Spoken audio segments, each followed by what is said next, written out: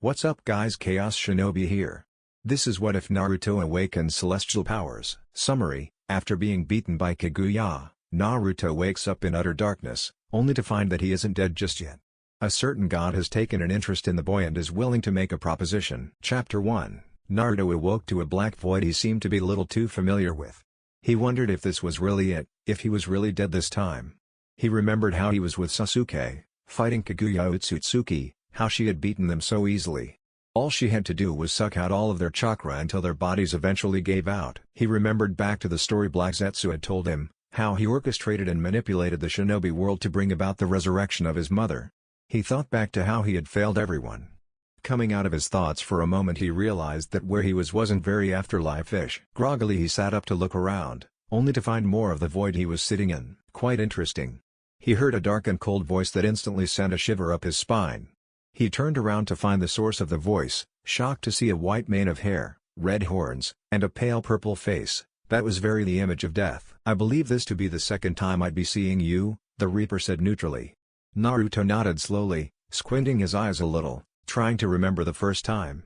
As if knowing what he was thinking, the Reaper answered the unasked question. "The first was when your parents died, sealing that Baijuwu inside of you." Naruto nodded again, this time in understanding. "So I'm really dead this time, huh? Kinda sucks considering that means the end of the shinobi world as we know it." The Reaper stared at him what almost seemed like amusement. Naruto couldn't really tell with the indefinite cold look the Shinigami had. "Speaking of Baijuwu, what happened to Kurama? Does he die with me?" "Usually I would have, but something is still tying me down here," said a low and menacing voice that Naruto knew all too well. "Kurama, you're here too?" "Apparently so, Ningen." Naruto looked around for his befriended tenet only to see her materialize behind him, in her classic lie-down form with her head on her massive paws. Naruto turned back around to ask the Shinigami another question only to be beaten to it by the death god suddenly answering him again. He was starting to dislike that. "I have a proposition for you, human. As I said before, you are a rather interesting individual. I have watched you for quite a while now, taking an interest shortly after your Baijuwu was sealed into you." "A proposition? I thought the Shinigami was supposed to take lives no questions asked, send them to the afterlife, that type of thing, not make some deal with a random dead person." Naruto said this with confusion in his voice, not expecting the god of death to make a deal with him of all people. "I believe I said proposition, not deal. You have nothing that interests me to offer, so only you would be on the receiving end." Naruto just looked upon the Shinigami with a bit more confusion evident on his face. "You have gone about your life rather uniquely to say the least, even more so evident that there has been no fear in you since our confrontation started. Greater men have cowered before me." He said this in his neutrally cold tone that he always spoke with, something Naruto had quickly adapted to. Naruto couldn't help but be impatient. "Okay, so you have a proposition or whatever for me. What is it?" "I'm getting to it," it said a bit more coldly if it was even possible. Naruto shut up and listened to him, came the annoyed fox. Kurama had been deeply interested in this ever since the conversation started. For the death god himself to speak to a mortal was unheard of, let alone make an offer of something. "Yes, anyway. Since you have been a source of amusement to me, I'm willing to let you continue to amuse me." "So what? Are you going to resurrect me so I can beat Kaguya or something?" "Naruto." This time it was an annoyed growl. Naruto just quickly glanced at Kurama with a huff of apology, making the fox roll her eyes. Naruto setting his attention on the Shinigami once again. "No. As you could see, you couldn't beat her, so that would be pointless. No, I have something much better in mind. I'm offering to send you back in the past to possibly fix what happened and prevent this turn of events. Without shinobi, the world would get considerably more dull, making my job that much less enjoyable." Naruto slightly quirked an eyebrow at the mention of the death god enjoying what he does.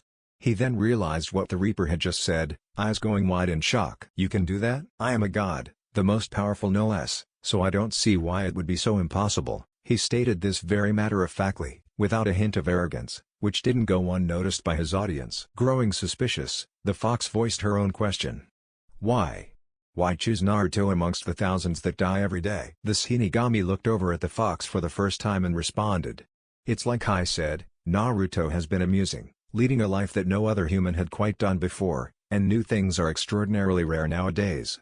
The fox seemed to be content with the answer and let the exchange to be continued without further interruption. The Shinigami once again looked back at Naruto, who still couldn't quite believe, nor wrap his head around, what he had just been told. "I should say that you don't have to, as it is just an offer. I'll take you to the afterlife if you so wish it. After staring down at the ground for a few moments in contemplation, Naruto looked back up with a still slightly confused look.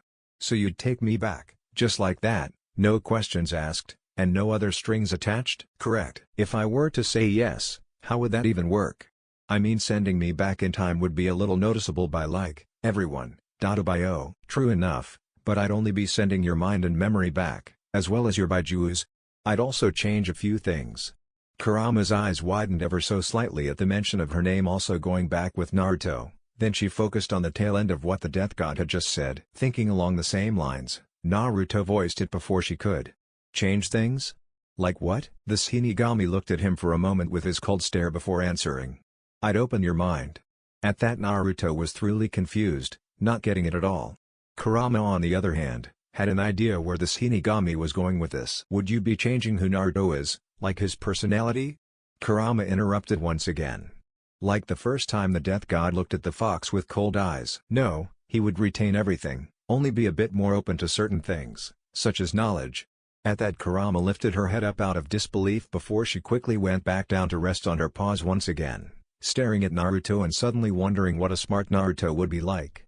Naruto still wasn't quite getting it, however, soon to be rectified. Also know that I'd be sending you to your 6-year-old self, a day before you enter the academy. This is mainly because any time before that would be problematic with your still developing brain, as well your body not being able to handle the stress of an older you invading a younger one.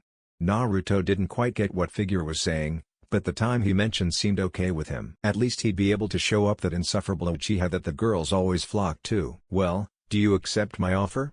Naruto once again looked down and thought, not something he had been very used to over the years and had been doing it a little more than he was comfortable with.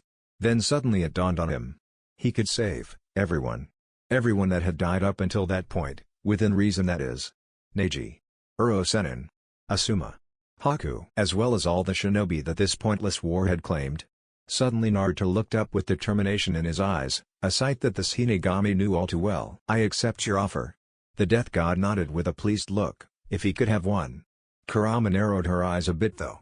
As if Naruto knew, he spun around with a look of apology towards his tenant. Oh Kurama, I'm sorry I didn't ask if you wanted to accept or not. Kurama merely sighed and looked at her favorite human. It's fine. I'd have been mad if you didn't accept it. Being eternal, dying isn't something I really want happening anytime soon. Naruto looked relieved at that. Now that you have accepted, I do have a few guidelines for you to follow. Naruto turned back to the Shinigami with a bit of confusion. I thought you said there wouldn't be any strings attached? Nor shall there be. These are merely guidelines to make your life easier and so you don't stray too far from the original timeline too soon. You can do that later. Naruto nodded, understanding somewhat. First of all, don't tell anyone that you're from the future. Only tell those that you intimately trust, but even wait to tell those people for at least a few years. You can never be too careful. Something that goes with this is to not mention me. I don't need power-hungry fools chasing after a power they can't have. That would be rather bothersome. The humans can already use him in the form of the Reaper Death Seal and that blasted mask. He didn't need any other means to have to entertain mortals. Naruto just nodded once again, waiting for the Death God to finish. Next, don't show off your power unless it's absolutely necessary. You'll be keeping some of it after all. Speaking of, don't try Senjutsu until your chakra pathways have matured. If you try and fail, then sending you back to the past would have been pointless. You being a stone toad isn't as amusing as you might think. The Shinigami somehow managed to keep his cold tone while making that statement. Naruto once again nodded, this time understanding fully what the Shinigami was saying. With a grimace, he remembered back to when he was training for Senjutsu and what the failed attempts had looked like, while also rubbing the phantom pain on his head from being whacked one too many times by that stupid toad elder. I will also ingrain a jutsu into your mind that will allow you to summon a book that will tell you what you did that day in the past, in case you forget, which you probably will. You don't have to follow it forever, probably just until the academy is done and over with. Naruto nodded and thought to how useful that would be, and how he needed to make sure no one caught him reading it. And don't worry, no one will be able to read its contents but you. Naruto was relieved at that, but once again slightly irritated to have his mind read again. And that would be all. Are you ready to go? Naruto abruptly came out of his thoughts to look up at the Death God with a bit of surprise. Like, right now? Yes, now. Naruto looked down for a moment in thought, then back at Kurama, who only slightly nodded, then the blonde brought his head back up to face the Shinigami. With a new fire in his eyes he responded, all right, Let's go. Moments later, the Shinigami's eyes erupted with light, blinding Naruto and his tenant. And with that, everything then went dark. Naruto awoke suddenly, eyes shooting open. He saw a ceiling. His ceiling. He lied there a moment to get his bearings, then sat up to look at his surroundings. He was in his apartment. He sat there, feeling rather strange. He thought about what had happened, eyes going wide as he did so. He looked down at himself only to be even more shocked. He was little. Very little. He couldn't believe the death god had actually sent him back. After thinking back on the encounter, he noticed something strange. It didn't bother him to think deeply about his situation now. Looking at his hands, he couldn't help but think what had happened to him, why his mind was suddenly so clear with understanding. As if suddenly remembering, he looked down at his seal. "Kurama, are you there?" "Yeah, but barely. Since you were sent back to your younger self, the seal is once again in place, making it difficult to communicate." Naruto just nodded to himself, it actually making sense to him. "And before you go thinking that you can just go ripping the seal off again, don't. Your body can't handle." Yeah, I know. I'll probably wait until my chakra network has matured, much like how I am to wait for Senjutsu." After saying that, Naruto cocked his head a little in confusion. Did he always talk like that? His tenant also caught this with a bit of surprise. Naruto just widened his eyes. So that's what the Shinigami meant when he said he'd open my mind. Trailing off, Naruto just went through his thoughts a mile a minute, everything becoming so clear to him. While thinking through things, a thought suddenly came to his head. Kushios no Jutsu. Suddenly a book popped into existence, landing on Naruto's lap. Strange that it didn't require blood to activate. All he had to do was call out the jutsu. Naruto peered at the leather-bound book curiously. He flipped through it, only to be surprised that the entire thing was blank. That was until he turned to the first page. Play pranks all day, including one against the clothing merchant, the Hokage, and the village by painting all over the Hokage monument. Naruto suddenly remembered how much of a prankster he was in his younger days, and then suddenly remembering why he had singled out that clothing merchant. He had wanted to buy some more clothes because he only had 2 outfits at the time. The shop owner saw him walk into the shop and proceeded to kick him out with more force than was necessary, and with a bit of name-calling that may or may not have included Demon Child in the mix. After thinking back on this, Naruto realized he had a perfect memory of the day now, or at least what he had done in the past, now present. It was like the leather-bound book transferred all the memories that he no longer had into his mind so he could replay the day just like he had before. Naruto now understood the importance of this as well. He couldn't alter the timeline, at least not yet. He remembered the death god had said to wait until he was out of the academy. Changing anything too soon would only make people suspicious, and make preventable things not so preventable if he didn't know what was going to happen. That brought a few thoughts to mind. He'd have to go through all of the village's scorn once again, the loneliness of having no friends, and all the name-calling and ignoring that he received on a daily basis. He didn't mind it much anymore, him conquering his hatred a while back, in his own timeline at least, but he also remembered that he wouldn't be able to stop the Uchiha massacre, stop Itachi from leaving Sasuke in a pit of bottomless hatred. Naruto disliked that he had to make Sasuke go through all of that, Naruto knowing exactly what happened with Itachi being a hero to the leave. He suddenly realized it was going to be a little difficult to keep all of his knowledge a secret now that he had it. At least now he wouldn't be so lonely with his tenant, now friend, keeping him company. Now he could focus on making a more positive relationship with her, and not just learning how to fight with her. He could already tell that he was going to have some fun with that. Suddenly bringing him out of his thoughts, he heard a rumbling sound emanating from his stomach. Well, time for some ramen. If he could see his tenant, she'd be rolling her eyes at the statement. Naruto swung his legs over to stand up, suddenly feeling how light he was. He pushed that aside for now, hunger taking priority in his thoughts. After he ate his favorite meal and got ready for the day, his thoughts then drifted back to how he felt so light. Hey Kurama, why do you suppose I feel so light? Besides the fact that I'm a lot smaller, it seems like it's something different. Since the Shinigami sent your memories back, you probably retained your muscle memory on how to move. That in conjunction with your lighter body is probably the reason for your strange feeling. Naruto nodded in understanding, somewhat surprising the fox and her now jailer's mental capacity. I suppose that makes sense. It'll make training a lot easier, that's for sure. Oh, I wanna try something. Naruto brought his hands up into a cross formation. Kage Bunshin no Jutsu. Suddenly a puff of white smoke appeared in front of Naruto, revealing an identical version of him. He was wearing beige cargo pants that went down to the top of his ankles, and a black and orange hoodie that was cut off at the sleeves with a white shirt underneath. Feeling somewhat drained, Naruto looked at his clone with a smirk. Now that I know I can do that, I'll have you go do everything that the past me would have done, while I focus on more important things. Naruto, don't you think that your chakra reserves are a little low to be making shadow clones do whatever you want? As you remember, it was a kinjutsu that had the ability to kill the user. Performing it at this age would kill just about everyone who would try it, Kurama informed. Hey, that's why I have you, right? The seal is loosened enough for some of your chakra to help make them, isn't it? Unfortunately no. The seal won't really start weakening at all until around your second year at the academy. Even then it wouldn't be enough to help in any real way. Naruto frowned at that. He needed to train to get his strength back, and pulling pranks all day just wasted the time he had to do just that. Fine. I'll do the day-to-day stuff for now and work on my chakra reserves in my downtime. I'll get them expanded as soon as possible so I can have my clone here focus on the stuff I don't need to. Popping the clone out of existence, Naruto headed for the door to pull his pranks on the people of Konoha. For some reason, pranks just didn't have the same enjoyment that they used to anymore. After thoroughly angering the shop owner and annoying the Hokage, as well as the rest of the civilians of Konoha, Naruto laid back in his bed contemplating the day. While he was setting up his pranks, he noticed that his chakra control was better than it had ever been, probably because his reserves were so low. The surface clinging technique was remarkably easy and made the vandalization of the Hokage monument much easier. He also noticed that he was much faster than he was before at his age, this being because of his chakra-enhanced muscles that he now knew how to do. Increased strength came along with this. He didn't need it much today, however. After laying there for a good 20 minutes, he got up to work on his chakra reserves. To do this, he summoned as many shadow clones as he could, and had them perform the surface clinging technique to hang from the ceiling. Right now his max was 4 before feeling like he was going to pass out. This frustrated Naruto, but he relented as he understood this was going to take time. After his chakra training was done, he took a shower and then headed off to bed. Before going to sleep, though, he wanted to have a conversation with his tenant first. He sat on his bed in meditation and closed his eyes. After opening his eyes, Naruto saw that he was in his mindscape. It was remarkably less dingy than the first time he visited all those years ago. Hey there, Ningen.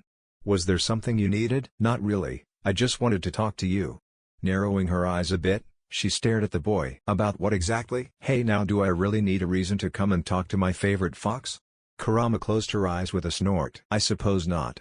Just a little strange is all. Naruto smirked at that. I was wondering how you were adjusting being in a seal again. After being out of it, only to be put back in, it can't be too comfortable of an adjustment. The fox opened her eyes slightly to look at the smirking boy. It's not too bad, I suppose. I know that you'll release it as soon as you can, so I'll just have to be patient. Not something that's too difficult when you're immortal. The smirking boy stared back at her with a bit of mirth in his eyes. Right you are. We can't have someone as pretty as you behind iron bars now, can we? She narrowed her eyes dangerously at that. What are you doing? It was more of a demand than a question. Naruto just had a mock look of betrayal on his face. What are you talking about? I'm just trying to have a conversation with my only friend. Is that really so bad? Kurama just huffed at that while closing her eyes. Listen, I'm tired, so leave me in peace for now. Naruto just nodded and let himself be pulled out of his mindscape.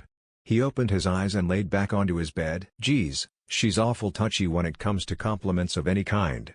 I guess I'll have to work on that.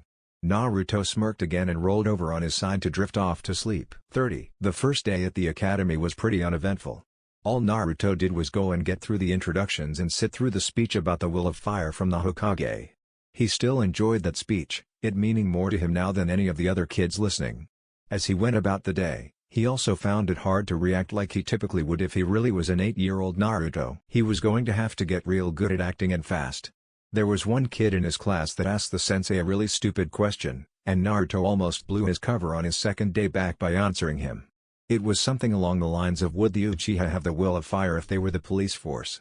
Sasuke looked about ready to kill the kid. The kid was quickly answered by the sensei as to cool down any anger that had been sent his way, Naruto included. Naruto didn't know how he was going to deal with all the little kiddies and their stupidity for 6 years. He also wasn't looking forward to having to fail the Genin test twice, again. But he would have to if he wanted to be on the same team he was on in his time. When he would begin making his shadow clones do everything he didn't want to, he would have to be sure to dumb it down a bit so it would act like he was at that age. The discrimination from sensei wasn't going to be fun to deal with either. But he'd get through it, though. He'd done it before, and this time he didn't have to deal with the bottled-up hatred that he had harbored before. He'd come a long way in understanding the people of Konoha and why they acted the way they did. Plus he'd always have his red friend for emotional support, if she could even offer any. He had to chuckle to himself at that. Coming out of his thoughts, he refocused on his chakra training. He didn't dare do it outside his house in case of prying eyes. He also had to be careful of the Anbu that guarded his front door 24/7. He tried to make as little noise as possible whenever he was training, and was successful the majority of the time. He was a little frustrated however that the Anbu would let the civilians do whatever they wanted to his home, now knowing the Anbu would be there. Naruto just guessed it was to be sure that he wasn't killed. Everything else would be permitted. More of that village scorn he'd have to put up with. He was thankful that Kakashi and Itachi always tried to look out for him when they could, trying to make their presence unknown. They succeeded before, but now Naruto could notice them with some effort. Today was surprising, that being because Naruto could now produce 6 shadow clones. Not a lot of progress, but it had only been a day. He'd take improvement where he could get it. "How long are you going to make me do this, Kurama?" Naruto said to himself, a bit exhausted. "If I can make 6, then why can't I have one go to the academy every day?" "That is because I'm cautious, Naruto. What if a situation came up where you needed that 6th one because of a small change you made? It's the butterfly effect. There's no telling what may change. So wait until I can get my chakra flowing through your coils so I can expand them. However, going at the rate you are, I'd say you'd be safe doing so in about 6 to 8 months. So be patient, and keep doing what you're doing for a while." Great. He would have to deal with stupid kids and pointless pranks for that much longer. Needless to say, he wasn't happy about it, but he would listen to his tenant's advice. She had been around for a lot longer than he has, so he wouldn't take her advice for granted. After he was thoroughly exhausted from chakra depletion, he laid in his bed for about an hour. After resting a bit, he left to go get his favorite ramen from Ichiraku. With his allowance being as small as it was from the orphanage's care system that ran through the civilian council, he could only get his delicious treat about twice a week. The only reason he got as much as he did was because Hiruzen made sure that he would have enough to live off of. The civilians, knowing this, charged him way more than everyone else, somewhat compensating for the funding he was getting. He was grateful that he had begged the Hokage to give him an apartment when he was 5 to get out of the hellhole of an orphanage, though. The complex he was in now was a bit run down, as to be expected, but it was a vast improvement over where he would be. It also helped that he didn't have to deal with neighbors, them seeing fit to all move away once they found out the demon child had moved in. At least he wouldn't have to deal with noise complaints. After enjoying his meal at Ichiraku's and spending some time with his surrogate sister Ayame, he headed home to get ready for the next day at the academy. Not that he wasn't prepared. It helps when you have a little book that tells you everything that you need to do. Over the course of a few weeks after the academy started, Naruto began looking for a training ground to train in after his classes, and then also during when he managed the shadow clones. It became apparent he needed one when one morning of doing exercises, namely running laps around the village walls, he was stopped by an Anbu and sent to the Hokage. It was annoying to have to deal with, but he understood it nonetheless. So now he was looking for a training ground. It had to be secluded enough so that no one would bother him, but not so secluded that it would be guarded or patrolled by Anbu. He thought of the Forest of Death, but he didn't think he'd be ready for that for at least a few years. So he stuck with finding another one until then. After searching for one for about 3 weeks, he found one that met his stipulations. He wouldn't have to be wasting time like this if his apartment hadn't been so damn small. He staked out the training ground that apparently been numbered 27 if the sign was any indication, for 2 days to see if anybody would show up to it. While he was waiting for anyone to make an appearance, he practiced his surface clinging technique to hopefully up his reserves a bit. If he was going to take time to sit around and wait for something that may not happen, he might as well make use of that time. After being satisfied that no one was going to show up and discover him, he began to train there every day after classes, sneaking off with stealth skills way too advanced for an academy student. After training one day, he decided to go to the library. Learning things had actually been interesting to him for a change. With this new perception, he went to the library to learn everything he could that wasn't restricted to him. At first, the head librarian had tried to kick him out, but it was nothing a little persuasion from the Hokage couldn't handle. The Sandaime had been surprised that Naruto wanted access to the library. He hadn't thought the boy would be interested in such things like reading if his previous experience with the boy was anything to go on. He relented and had a talk with the librarians to make sure that Naruto would be allowed access. Hiruzen couldn't stop the glares they gave him, so he could only hope that in the future that Naruto wouldn't hold it against them for their irrational fear and disdain of him. That went for pretty much the entire village as well. After a few days at the library, Naruto learned quite a lot concerning how he should go about his training from then on. The one thing he disliked the most was that he had to change his eating habits. No more ramen in a cup for every meal if he wanted to get strong as fast as he wanted to. He had to have a properly balanced diet with high calorie intake. He learned this through a few nutrition books he had found the second day he went. He didn't know how he was going to manage it though with his low allowance from the orphanage, so he read up on some scrolls and books about basic survival, such as hunting and fishing.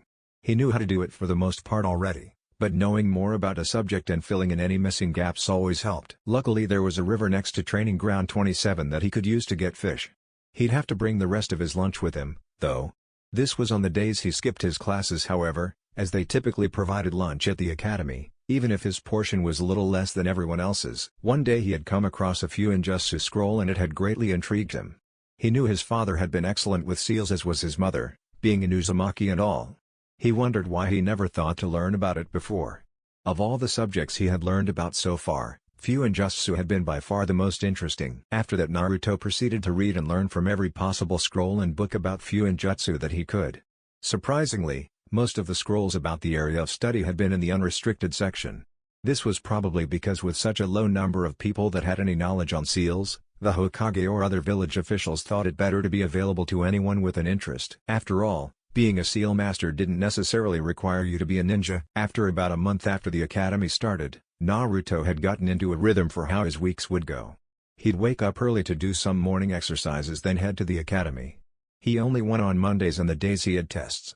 After attending the academy, he'd go to his training ground to train his chakra reserves as well as a few low-class jutsu that he could handle. When he didn't go to the academy, he would go to the library to study more about Fuinjutsu.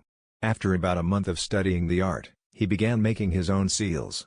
It had just come so naturally to him since his mind had been opened. At first he'd just do some basic storage seals, but then he moved on to some of the more advanced ones. He still couldn't come up with his own personal seals based on his own ideas yet. He'd still be a few years away until he reached that point. But he did learn about resistance seals and the possible ways they could help him train. He was confused why more shinobi didn't use them, or at least ask seal masters such as Jiraiya to give them out to a few. Speaking of, Naruto had been thinking about the old perf since Naruto had started to train himself in seals.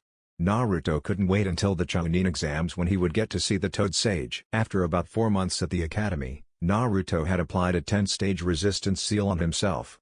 He had to get a clone to do it because it had to be painted on the entirety of his back. When he would activate it, it showed thick black lines that branched from the main one located on his spinal column, down the length of all of his limbs. It showed a circle of writing where the seal was based on his lower back, about 6 inches in diameter. He figured he'd start to really work on his physical training now then wait until later to do it. At the moment he could only go up to 2, but then it was nearly impossible for him to move, so he stuck to 1 until he had gotten used to it. He'd only deactivate it when he slept. Luckily it stayed invisible when it was activated. He didn't need other people thinking he'd gotten strange tattoos and have an even worse opinion about him than people already do. After about 5 months since he started the academy, Naruto was able to produce 50 shadow clones, a stark improvement from when he first started. Kurama then gave the blonde permission. So after that he had the clone go to the academy every day, much to the sensei's chagrin. As he had planned, he dumbed the clone down a bit after transferring the memories from the memory journal to it so it knew what to do. Now he was able to completely focus on his training. He had to get more powerful than he ever was before if he wanted to take down the Akatsuki quicker this time.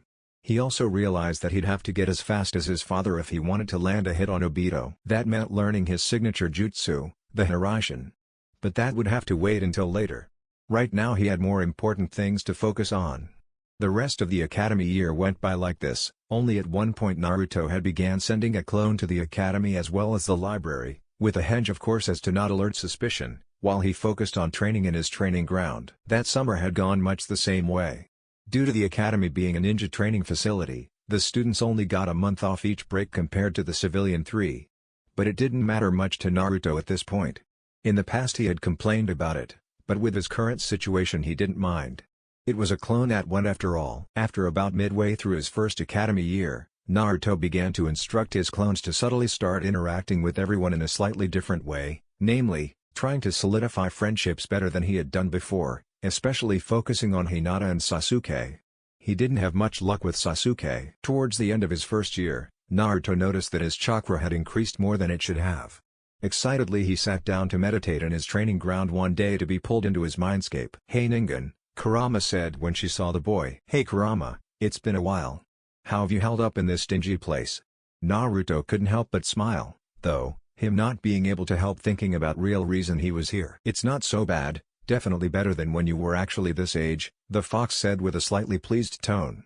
Napping in water was a nuisance to be sure, murky water at that. "Speaking of which, I was wondering if there was a way that I could improve your living conditions a bit," Naruto said, remembering that he wanted to do this the last time he was here. Kurama just raised her eyebrows at this, surprised that Naruto would do that for her. She then hurriedly tried to mask her surprise. "Well, it's your mindscape Ningen, so I'd imagine you had control over how it looked." This surprised Naruto a little, not having thought of something so simple. "Okay, what would you prefer?" Kurama looked down and thought for a moment and responded. "A green meadow would be nice." "Alright, I'll try to see if I can do that." Naruto closed his eyes to picture said meadow. He raised his hands as if adding to the shaping of the inner world of his head. After about what seemed like 5 minutes, he opened his eyes to see a lush green, a blue sky, and a bright sun that made it look like it was around 3 in the afternoon. He was happy with his handiwork and then turned to the fox. "Well, how'd I do?" Naruto said with a beaming smile. "It'll do." The fox couldn't help but smirk. In actuality though, Kurama had been very impressed that Naruto had been able to do it, and even more so that he cared enough to do it in the first place.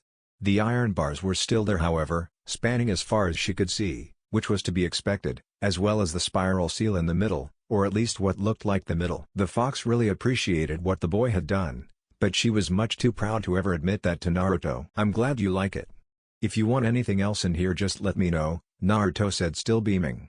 He was glad that he could make his tenant happy, or at least what passed for happy for an entity supposedly composed of hatred and malice. Noted. Was there something else he wanted? "Oh yeah," Naruto exclaimed remembering why he'd come in the first place. "I noticed that my chakra reserves are a bit bigger than what they should be. Is the seal finally loosening? I was wondering if you'd notice. I've been working on pushing as much chakra as I could through the seal and into your system to weaken the seal sooner, and I will continue to do so. At this rate, it will be as weakened as it was when you were 15 by the time you're 12. It is also at that time that you can undo the seal, as well as use Senjutsu," Kurama informed. Naruto looked happy with that. He hadn't known Kurama had been working so hard all this time. It was a good change compared to how she used to be, full of resentment and hatred. "Cool. I'd have graduated the academy by then, and that's around the time I come back from Jiraiya's training trip. By then I'll have the strength I lost back, and then some. On top of that, we can finally work together again," Naruto said with a smile. Strange one indeed, Kurama thought. Reluctantly she admitted to herself that it would be nice to work with him again. But he'd never know that. "If that's all you can leave now. I want to feel what it's like to nap in the sun again," Kurama said closing her eyes. She then stretched out her massive paws, arching her back. Despite her size, Naruto couldn't help but think how adorable it was. Naruto nodded at the fox's wishes with a small smile and let himself be pulled out of his mind. 30. The next few years had continued like this, with him training every single day for hours, both body and mind. When it came to the academy graduation exam, he actually showed up in person as to make sure his clones didn't fuck something up and blow what he had been planning. Of course he was tested on the clone jutsu. His sensei would sabotage him every opportunity they could, namely Mizuki, but Naruto didn't mind. At least it made it easy to fail. He had planned on making a deformed clone on purpose, but he realized that he wouldn't have control over it if he could make one or not. He had stood there in front of the examiner, did the proper hand sign, and produced a sickly-looking clone that looked utterly pathetic. Needless to say, Naruto failed. He went through the next year with the same results. Throughout the 2 years he failed, Naruto continued his rigorous training, not letting up for a single day. At this point, he was at the 3rd level of his resistance seal, and also had come a long way in his Fuinjutsu studies. He could now use seals to hide his training from prying eyes just in case someone happened to pass by the unused and forgotten training ground. It was a good thing too, because on the 6th day he had the seals up. A purple-haired kunoichi had passed by the grounds, surprising Naruto. She couldn't see him thanks to the seals, but it looked like she knew something was amiss. Her hair had been tied up into a spiky ponytail that suited her quite well. She had rather revealing clothing too. She wore a fishnet bodysuit that stopped mid-thigh that left very little to the imagination, with a pale orange skirt that stopped at her lower hip, with a tan trench coat over it all that was left open, and gray shin guards over black shinobi sandals. Completing her outfit was her leaf headband on her forehead, slightly covered by her purple bangs. Naruto of course, recognized her to be Anko Mitarashi. She was a sadistic woman if his Chunin exams could say anything about it. However, now he saw her in a new light. She had the curves that complemented her outfit, the outfit trying its best to accentuate them, and Naruto sure as hell took notice of it. He had never realized just how beautiful Anko really was. After having a strange feeling in his chest and a bit of drooling, she left, obviously too busy to stay to find out what was up. Before the woman left, she shook her head to clear her thoughts, after she had taken out a piece of paper to write something down. Naruto hoped it wouldn't be a problem in the future, but knowing how skilled Anko was as one of the elite Jonin, she'd probably be back after she completed her mission or whatever it was she had to do. She didn't seem like the kind of person to rat him out for training secretly, so he wasn't all that worried. Naruto was glad for the seals he had made this time, but next time she came, if there was a next time, he'd deactivate them to save her the trouble of having to figure them out. If she really wanted to, she'd get past them eventually, either by her own machinations or by calling in a seal master. He'd just explain things to her and hope that she would understand. He also realized that he'd have to control himself in the future in the presence of other pretty girls. He didn't want to be like his now soon-to-be sensei Uro Sennin. He'd learn to control himself while silently and unnoticeably admiring from a distance. He didn't have time to be chasing women, he had more important things to do. 30. While at the academy for his second year, Naruto had started to try to make a further effort to be friends with Sasuke. He needed to try to break him out of his arrogance and soon-to-be hatred for his brother Itachi. He didn't want him to leave the village this time around. It had caused too many headaches, one of them being Sakura. Speaking of which, he noticed that he really didn't like the girl. He didn't understand what he saw in her back when he was a kid. She was a fangirl with no talent for being a ninja except for chakra control and didn't take being a ninja seriously. Later on he would have to have a conversation with her once she was on his team about the way she wasn't going about training, which was close to none at all. He cared for her and didn't want her to fall behind like she had before, and with a different timeline, he didn't want anything bad happening to her because of a lack of training. That was one thing he had his clones change as far as how they acted as well. He really couldn't stand the idea of himself or another form of himself swooning over a girl like that. She'd be okay to be friends with once she broke out of that phase, though. But until she was on his team, he would pass on interacting with her. Just like before, it was pretty easy to make friends out of Shikamaru and Choji. After school he would have his clone hang out with them either playing ninja or looking up at the clouds, Shikamaru's favorite hobby. They would occasionally go get barbecue, Choji's favorite hobby. It was too bad clones couldn't transfer what they ate to you. That was damn good barbecue going to waste. But the experiences he had with his new friends had been worth it. One day after the academy had released its students, Naruto approached Sasuke who was on his way home. He had come personally so he could leave a good impression on the raven-haired boy. "Hey Sasuke, wait up," Naruto yelled behind him, even though he could easily catch up to him if he wanted to. "What do you want, Dobi? Can't you see I'm busy?" Sasuke replied coldly. After hearing about Naruto and watching how he'd scored the lowest in everything, Sasuke didn't much like the blonde. He had no time for weaklings. This was further proved by Naruto's performance in the academy since he had been in class. All he had done was skip classes, be annoying, and prank Hiruka and Mizuki-sensei. It wasted his time and he didn't appreciate it. He wanted to get strong like his brother Itachi. He wanted to get home to ask his brother to teach him the shuriken jutsu. He had said he would but he seemed to never have the time to do it, always poking him in the forehead saying, "Sorry Sasuke, maybe next time." Itachi would teach him eventually. "I was wondering if you wanted to train with me. I know a cool shuriken jutsu that I could show you," Naruto said, knowing that Sasuke wanted to learn it. Naruto learned it shortly before he came to talk to Sasuke. He had seen Sasuke do it plenty of times to figure it out himself. The blonde hoped that he would impress Sasuke enough for him to start to like him and possibly respect him. Naruto had a long way to go though in the span of 3 months. It would be then that the massacre would happen. "Me? Train with you? You're the most pathetic one in the academy. How could you ever measure up to the kind of training that I go through?" In actuality, it really wasn't a whole lot compared to what Naruto had been doing. "Have you ever considered that I don't do well because I don't want to show what I can do? A ninja always hides his secrets as well as his full ability. If you want I could prove it to you," Naruto said, trying to convince the Uchiha. "There's no way I'd believe you. And just because you can throw a few kunai or shuriken doesn't mean that it's a jutsu. I'm leaving, I don't have time to waste on you," Sasuke said just as coldly as before. Once Sasuke turned around and started walking, he was surprised to see his way blocked by none other than the blonde he had just spoken to. He had moved faster than he could see, and silently at that. Sasuke narrowed his eyes in suspicion. There's no way a dobi like Naruto could move that fast. Was there? He had to find out. If he really could teach him something then he could impress Itachi and that's all that mattered. "Okay fine, show me this jutsu of yours," "But you better not waste my time or you'll regret it," Sasuke said in his most menacing tone, which was hardly anything compared to what Naruto had dealt with before, mostly from a certain fox he knew. "I promise I won't. I know a training ground we could go to not all that far from here. We could go there and train." Naruto wasn't talking about training ground 27, he had to keep that one to himself. He was talking about one of the unused Jonan training grounds, which will be filled out next year by Team 9, Mito Guy's team.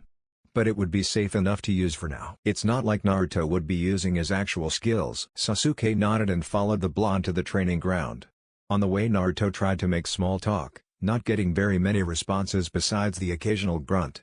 Naruto at least hoped that he could break Sasuke out of his shell by the time the massacre happened. Sasuke was like a brother, and Naruto wouldn't lose him to hatred again. They arrived at the training ground with the targets already set up. There were 7 visible ones to hit, and 1 hidden one behind a boulder. The goal was to hit the hidden one by throwing a kunai and deflecting it off of another thrown shuriken to hit the bullseye, all the while hitting all of the other bullseyes of the other targets. Itachi could do it with 8 to 10 visible targets, but then again, he was a genius for a reason. "Alright, let's get to it right away. I'll show you how to do it, then it'll be your turn. Sound good?" Naruto asked, looking at Sasuke. Sasuke just nodded. He had already been impressed that it was the actual shuriken jutsu that Naruto had been talking about.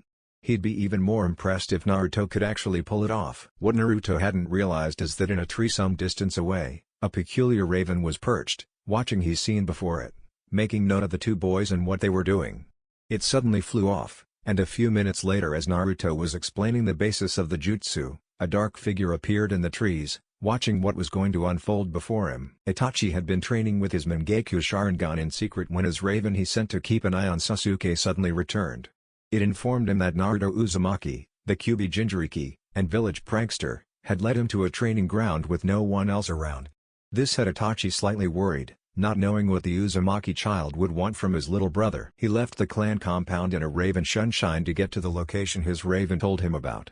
Luckily it wasn't that far and didn't take long at all to get there with the speed he went. Upon arriving, he was surprised to see the 2 in a training ground, one of the unused Jonan ones no less, and about to practice the shuriken jutsu. It was typically something only the Uchiha worked on this early on in their ninja careers. It confused Itachi to think Naruto would know about it, let alone how to practice it. It would be interesting to see if Naruto could actually pull it off. He was perched on a tree some distance away, watching the 2 boys talk about what they were about to do. That's all there is to it really. Accuracy, precision, and timing. More so the latter than anything, Naruto informed. Sasuke nodded his head somewhat slowly, still not quite believing someone like Naruto could pull off something his brother had spent months perfecting.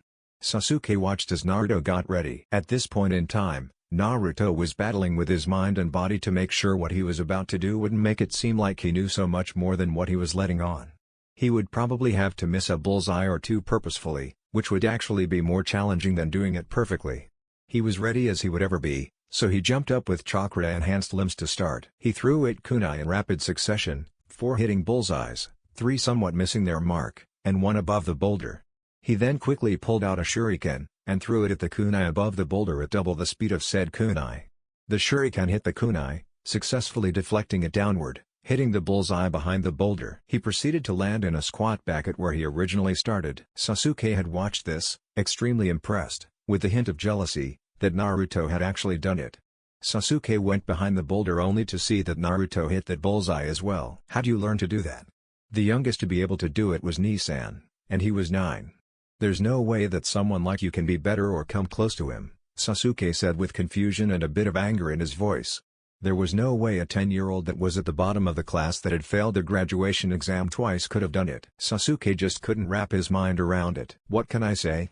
I practice a lot in my free time," Naruto said sheepishly with his right hand rubbing the back of his head. "But it's not like I've mastered it or anything. 'Cause look, I missed 3 of the bullseyes," Naruto said, indicating the targets with his free hand. "I guess, but that still doesn't explain how you know how to do it at all in the first place," Sasuke shouted, demanding an answer from the blonde. "Well, I had watched an Uchiha do it quite a few times and thought it looked cool, so I decided to learn it."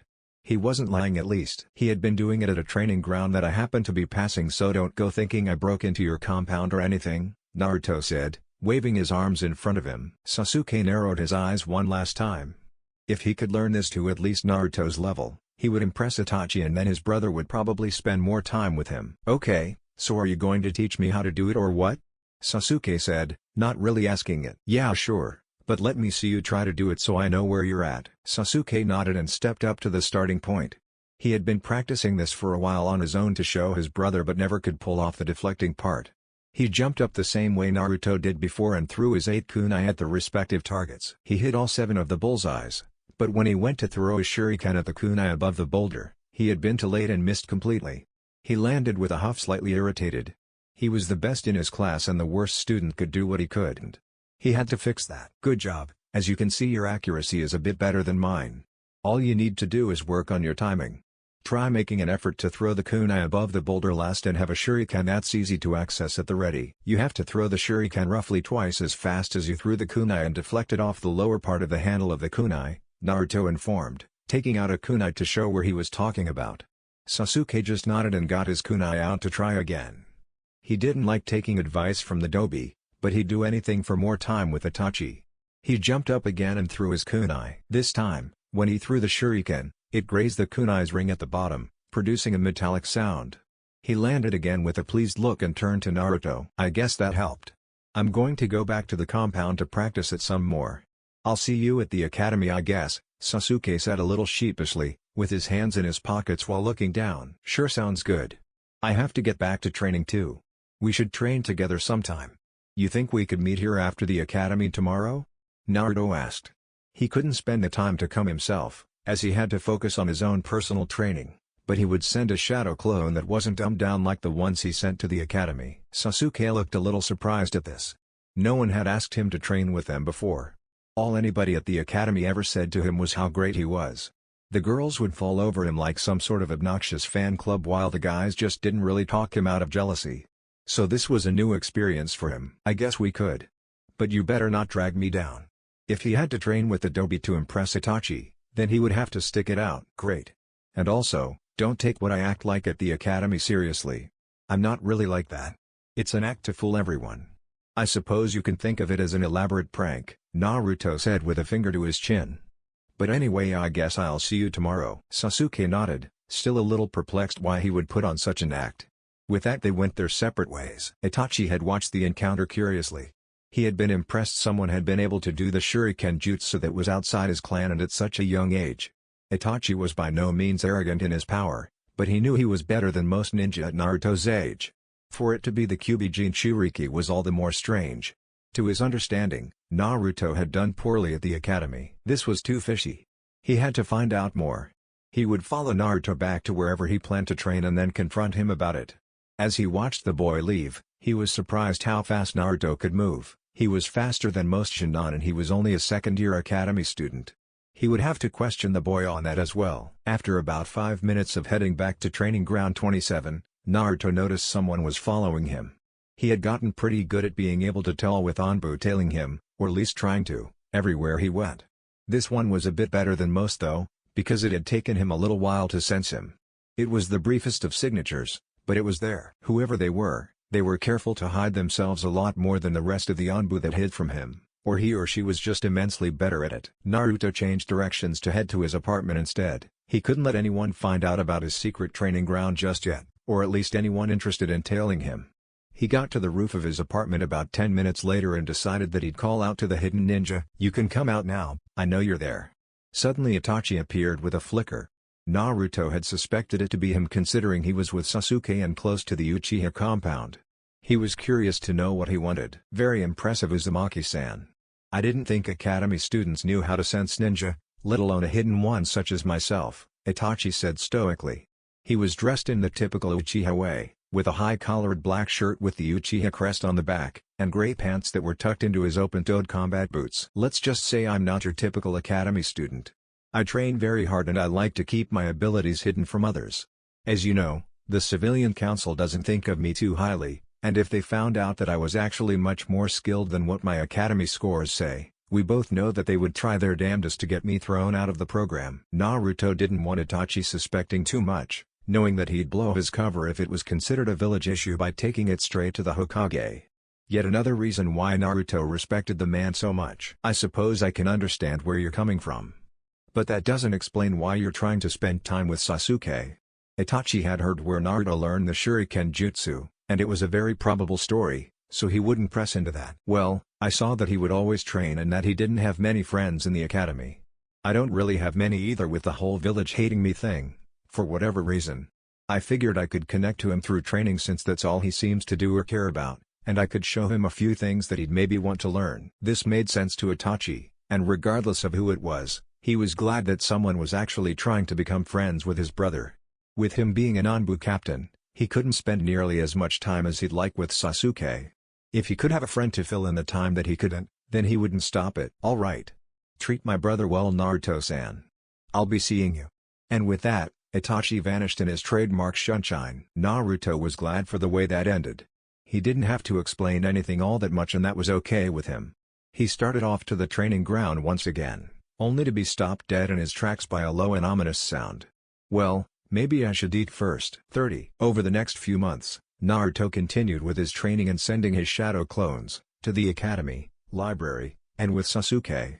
The academy didn't really change besides the occasional knowing glare from Sasuke after one of his infamous pranks, but he expected that. While training with Sasuke, Naruto noticed that he was more talkative than he was in the previous timeline, probably because he only had the Uchiha arrogance and not the soon-to-be hatred to deal with. They would talk about their training methods and about their lives. Sasuke kind of felt sorry for Naruto with him having to deal with the scorn of the village all the time, and for being alone with no family.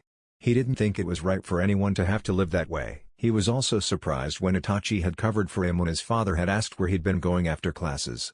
Itachi had said that he stayed in a training ground close to the academy to train instead of walking back to the compound, which was partly true.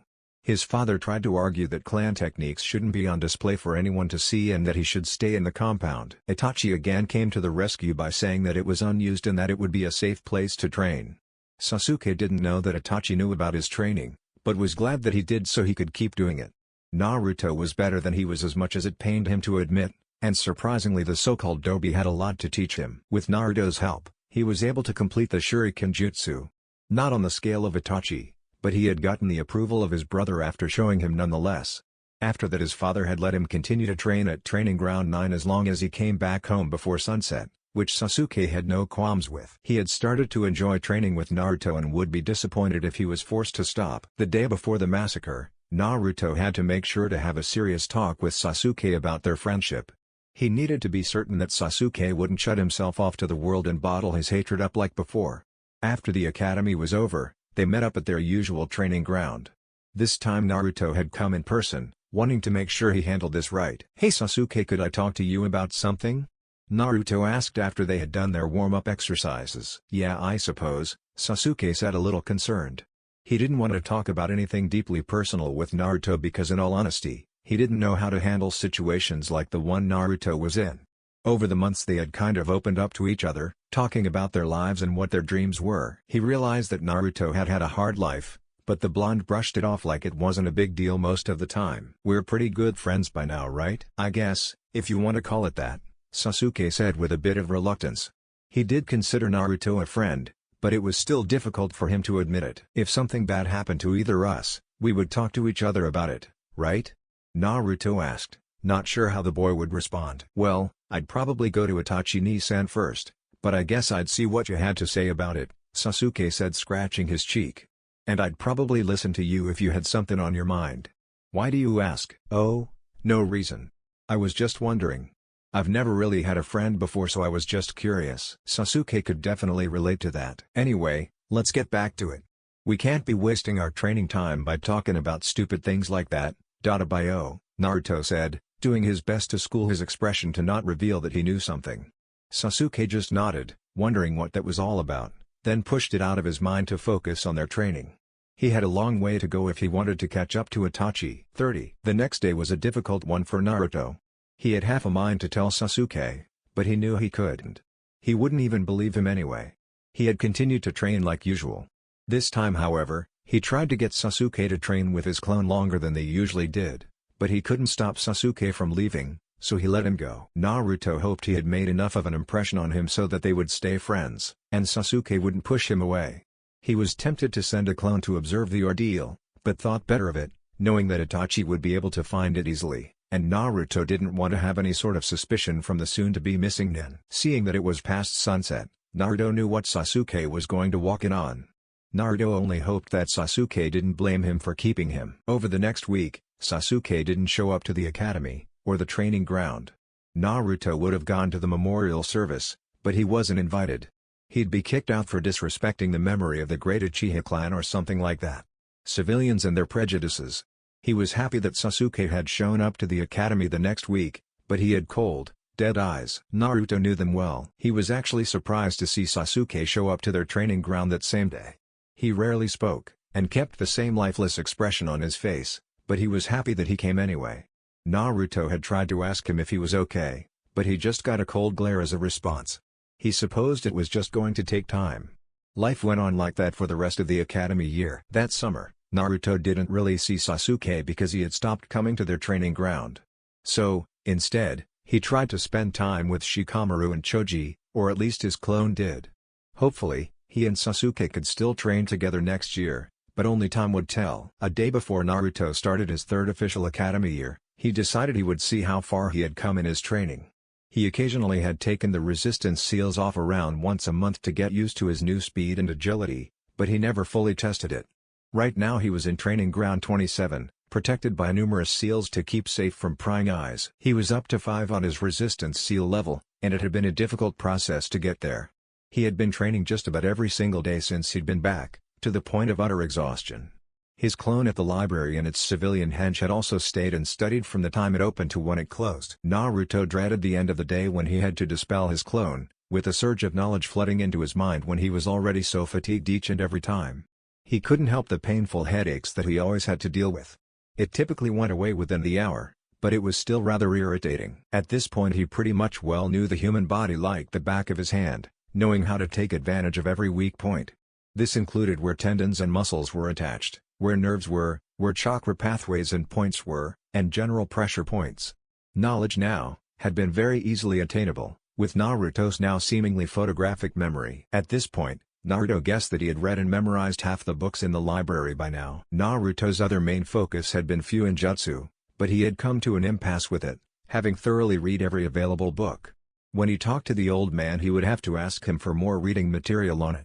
Naruto could be in deep study of the art for days if he let himself. It was just so fascinating to him, to be able to bend the laws of reality just by some markings and chakra. It enraptured him. He had still been working on his own seals diligently as well, always improving the ones he had created thus far as well as coming up with ideas for new ones. Luckily, his clone could do all this for him, while he personally focused on the tasks that Shadow could not, such as taijutsu and his physique. Now he had an incredibly solid build, not entirely bulky, mainly lean. He was definitely more defined than most Chunin were, and after he graduated the academy he could probably bump that up to Jonin. Naruto was fairly happy with how far he had come in such a short amount of time. Before he never could train at this intensity, always being busy with a mission, chasing Sasuke, or dealing with the Akatsuki. Shadow clones helped too. The time to face his enemies would come soon, however, so Naruto had to get stronger now. Standing in the middle of training ground 27, Naruto dropped his resistance seals completely, and proceeded to walk over to the edge of the clearing. He was going to see just how fast he could move in a straight line though an improved version of the Sunshine. After that he would test his agility by going through an obstacle course he had set up. The blonde got ready to go, a look of utter determination of his face. He eyed where he wanted to go, a marker at the other end of the training ground about a quarter mile away. If someone had been watching, they would have seen Naruto at one end, then just simply watch him disappear, reappearing at the opposite end almost instantly. This improved version of the Sunshine was better because it isn't really a jutsu. Naruto could move that fast almost entirely physically with a bit of chakra enhancement. It allowed for much more maneuverability, unlike the rather straight lines you had to travel with the traditional Sunshine. Not only that, this version could be used in very short distances, where the regular Sunshine required you move to a mid to long range location. Slightly winded from going at his top speed for the first time, he turned around with a satisfied expression on his face. "That'll do for now," Naruto said with a smirk. He couldn't wait until he surprised everyone with his newfound speed. He had only ever been this fast in his QB Link mode. He couldn't imagine how fast he would be now. But sadly, he would have to wait to find out. Next up was the obstacle course. After fully, but briefly, recovering from his mad dash, Naruto walked over to the starting line of the obstacle course. The course was set up so that he would have to bounce and weave through small ground markers in the general direction that the markers would allow. His goal would be to go through the markers perfectly in the smallest amount of time possible. The total distance he would have to travel would be about half a mile, but he planned on doing it in less than 10 seconds, well, that was the goal anyway. Naruto began in a burst of wind, speeding through the markers as fast and perfectly as he was able, only making the smallest of mistakes. Once he reached the end of the course, he stopped the stopwatch that had been in his hand and smirked. He had done it in 10.4 seconds.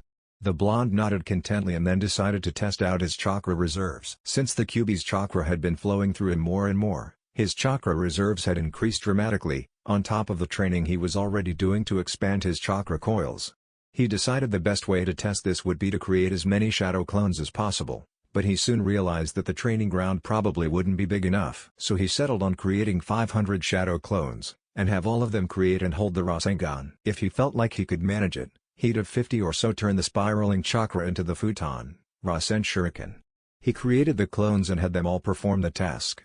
He had mastered it some time ago, so he didn't have to have another clone help create the blue orb of destruction. Another was still needed for the futon, Rasen Shuriken. However, with his clones' hands full, Naruto was glad he learned how to perform Seal-less Cage Bunshin no Jutsu, having 50 shadow clones create one shadow clone to each prepare the blonde's deadliest wind jutsu. After some effort, all 50 shadow clones created and sustained the Rasen Shuriken, but Naruto was feeling the drain. He had all of them dispel the jutsu as well as the clones after about 30 seconds of holding the jutsu. Trying to gauge where his reserves were at, Naruto figured he was down to an eighth of his total. This had been the most drained he felt since he had come back. He could recover within a few hours of rest and a good meal. Since he tested himself today, he decided to take the rest of the day off. Sadly, he couldn't test his taijutsu without a sparring partner, so he would have to wait for that test. Naruto was about to reactivate his resistance seals, but decided against it.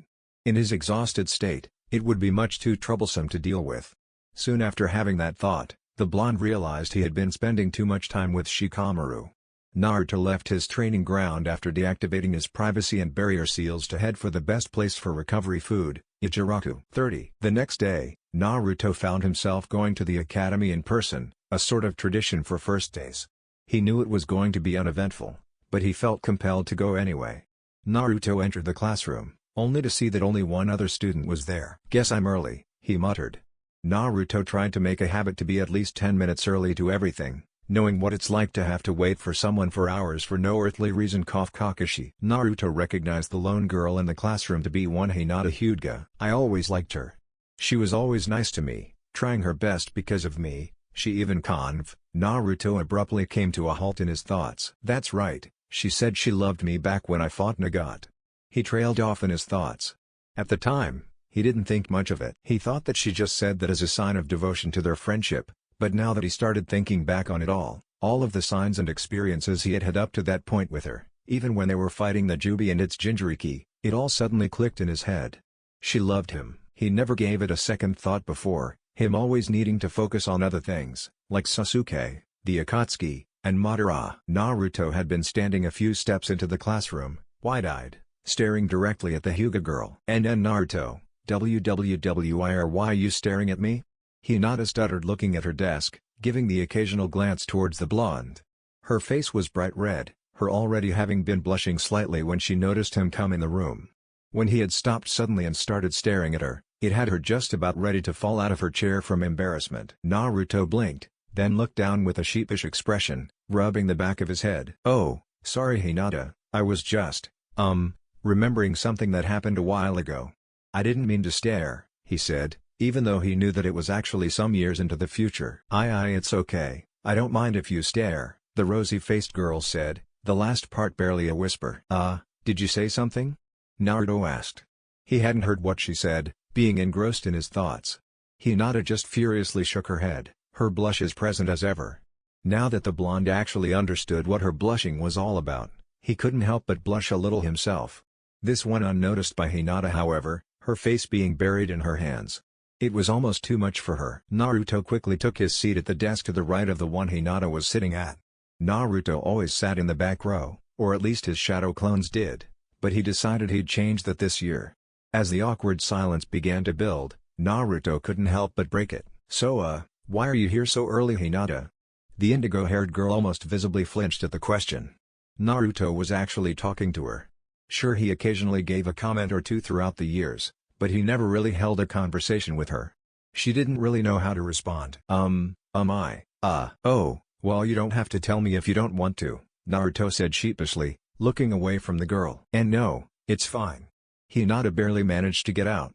My father said I should be early, it being the first day of the year and all. Naruto turned his head to look at her again, seeing her looking down, poking her index fingers together nervously. Oh, is that right? I kinda thought the same thing. Hey, Naruto said, scratching his cheek with his finger, chuckling awkwardly. He really didn't know how to handle this girl right now. He had gotten used to girls and talking to them being around Uro-sen all the time in his previous life, but this was so much different for some reason. They let the awkward silence between them grow once more, Naruto furiously racking his brain to come up with something to talk about, but came up with nothing.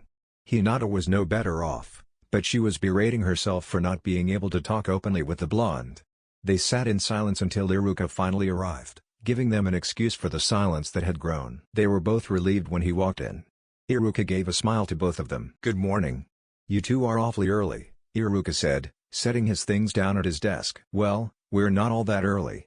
Class is supposed to start in like 10 minutes, Naruto replied. Naruto, you being 10 minutes early is unheard of, Iruka said with a deadpan expression. Yeah, well, maybe I'll change that this year, Naruto replied with a huff, crossing his arms. Right, and I'll take over for the current Anbu captain tomorrow, Iruka said sarcastically while he began writing on the chalkboard. Soon after, the rest of the students began making their way in.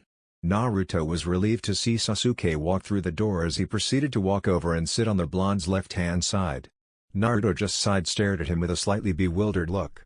That was becoming a trend today that the blonde really didn't appreciate. Sasuke gave a glance towards Naruto, his hands folded over in front of his face. Reason you're staring, Dobi? Was his cold response. Sorry, no. I'm just a little surprised you sat next to me is all, not that I didn't want you to or anything, Naruto said with a half-smile, rubbing the back of his head with his right hand. Whatever.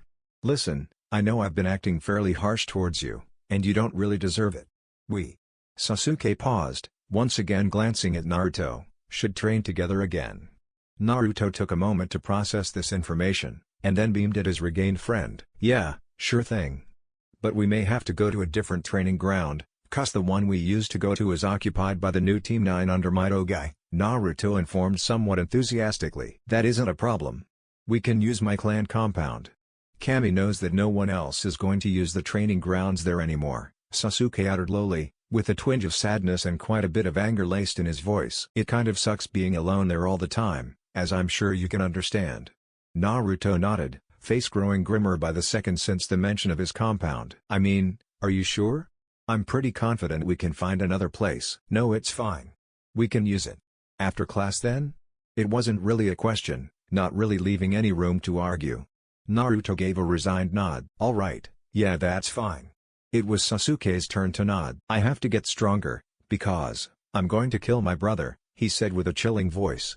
Naruto looked down at his desk with a pained expression. He had to get Sasuke out of that way of thinking. Maybe he could tell Sasuke the truth one day. Soon after, they both focused on Iruka as he started the first day announcements.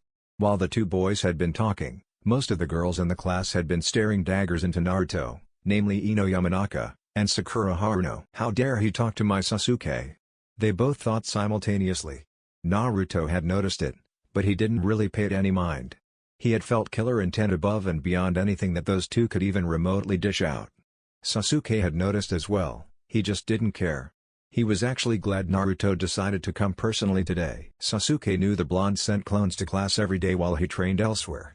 While at the academy, Sasuke could usually tell if Naruto sent a shadow clone in his stead or not, usually by the way Naruto acted. It pissed him off however that he couldn't pull the Kage Bunshin no Jutsu off so he could do the same thing, but he knew that his chakra reserves just couldn't match up to the blonde chakra tank. So in the meantime, Sasuke would reluctantly sit through the academy, bored out of his mind. During Iruka's lecture, Naruto's thoughts had wandered back to Hinata. He would really have to figure out what to do about her. He needed to learn how to act like his former self around her, because things couldn't continue like they did today. He'd have to work on that. But for now, he'd just have to make do. Maybe he'd learned something from his interactions with her this time around. As Naruto's thoughts slowly drifted off, so did he, getting a very annoyed expression out of Iruka. Naruto didn't really care, though. The lecture was boring anyway. That was until the chalkboard eraser came soaring through the air, aimed directly at the dozing blonde. Bonk. 30. A week later, Naruto was once again at Training Ground 27. He had already done his physical workout for the day, his resistance seals at 6 to push himself a bit. He was focusing on something new. Before he knew he could sense people in Sage mode, as well as Malice in QB mode, but he wanted to work on being a sensor without either. It would improve his situational awareness substantially, more than it already is. He had gotten the idea from one of the Chunin scrolls his clone happened to find in the library, that a Chunin had left at a table. The scroll described a flare jutsu that let other ninja know where the individual was by sending out a pulse of chakra. While practicing in the confines of his many seals, Naruto realized that he could sense things with it, although faint.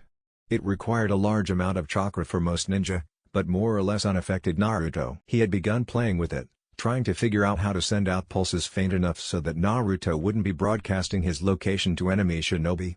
The concept was like how sensory shinobi can detect chakra presences, only much more detailed. Naruto was sitting down in a meditative state practicing it when he was alerted that someone was close by one of his seals. This particular seal was an area detection seal that would send the creator signal if someone were to trip it, much like a motion sensor. All it required to work was that the caster was in the area that the creator lined out, and it covered a much larger area than its barrier seals. When alerted, a seal would light up on Naruto's wrist, giving off a slight tingly sensation. Upon opening his eyes, Naruto stood up to look in the direction he felt the person at. He was surprised when he saw a purple-haired kunoichi with a katana strapped to her back, in standard Anbu gear with a white mask that looked like a cat. She looked around cautiously, making Naruto a little nervous when she got really close to the edge of his barrier seals. "What's she doing here? I didn't think anybody came to this place." Naruto harshly whispered. "Wait, could it be that Anko reported the area?" Naruto was confident his barrier seals would keep her out, but what he didn't need right now is suspicion from anyone that rank. The Anbu continued to look around until she bumped into the side of an invisible wall, knocking her down on her behind. She was now sporting a confused expression, not that Naruto could see it. The purple-haired girl stood up and prodded the invisible wall with her finger. She couldn't see anything out of the ordinary on the other side of it, but it was strange that it was there in the first place. After studying the wall a little further, she gave a huff with her hands on her hips. Naruto at this point was ready to bail if she knew a way to get past the barrier, however unlikely it was. It also helped that Jiraiya and Kakashi were the only ones that knew anything about seals. Naruto still worried, though. Anko was right, something is up with this place. "I'll inform the Hokage to inform a seal master to deal with this," the purple-haired Anbu uttered softly with slight annoyance. She then turned around and sped off to report her finding to the Hokage. With a sigh of relief, Naruto slumped his tense shoulders. "Phew, that was close. But now I have to find a new training ground," Naruto angrily muttered. "I think I can handle the Forest of Death, and to my knowledge, nobody ever goes there, with the Chunin exams being an exception.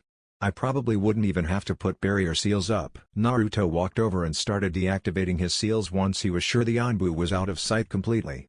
Once he was done, he started off towards the infamous Training Ground 44. This place won't be nearly as bad as last time. Not only were the creatures a problem, but enemy Genin were everywhere ready to ambush as well as that snake team. Naruto was definitely glad he wouldn't have to deal with Orochimaru for at least a few more years. The blonde was pretty confident he could beat the snake by then, though. With his renewed strength and access to a much more controlled malevolent chakra, Orochimaru was in for a beating that he'd never expect. Naruto came out of his thoughts once he arrived at the barbed fence that marked the entrance of Training Ground 44. He stood there and stared a moment at the ominous-looking forest. "Well, no time like the present. I'll have to show the animals who's top dog around here too, just like in Genbu, Turtle Island, and I won't even need your chakra to do it, Kurama. These animals will be weak as shit compared to the animals there. I kinda miss the big gorilla, though." Naruto hopped over the fence with ease and dashed off into the forest. "It's not like you could actually use it if you had to use it," Naruto heard the fox lazily say in his mind. "Yeah, well, oh shut up." If Naruto could see her, he knew Kurama would have that smirk on her face. He loved the furball, but she could be so annoying sometimes. It took him a while, but Naruto finally found a clearing big enough and deep enough in the forest where he could train without being bothered or be in fear of prying eyes. This forest would be a great place to train his sensing abilities too, with the abundant wildlife all around. Naruto spawned a few shadow clones to work on that while he began to wander around to get a better feel for the forest. During his Chunin exams, Naruto remembered how intimidating the forest was, but now it wasn't so bad at all, a change the blonde really liked.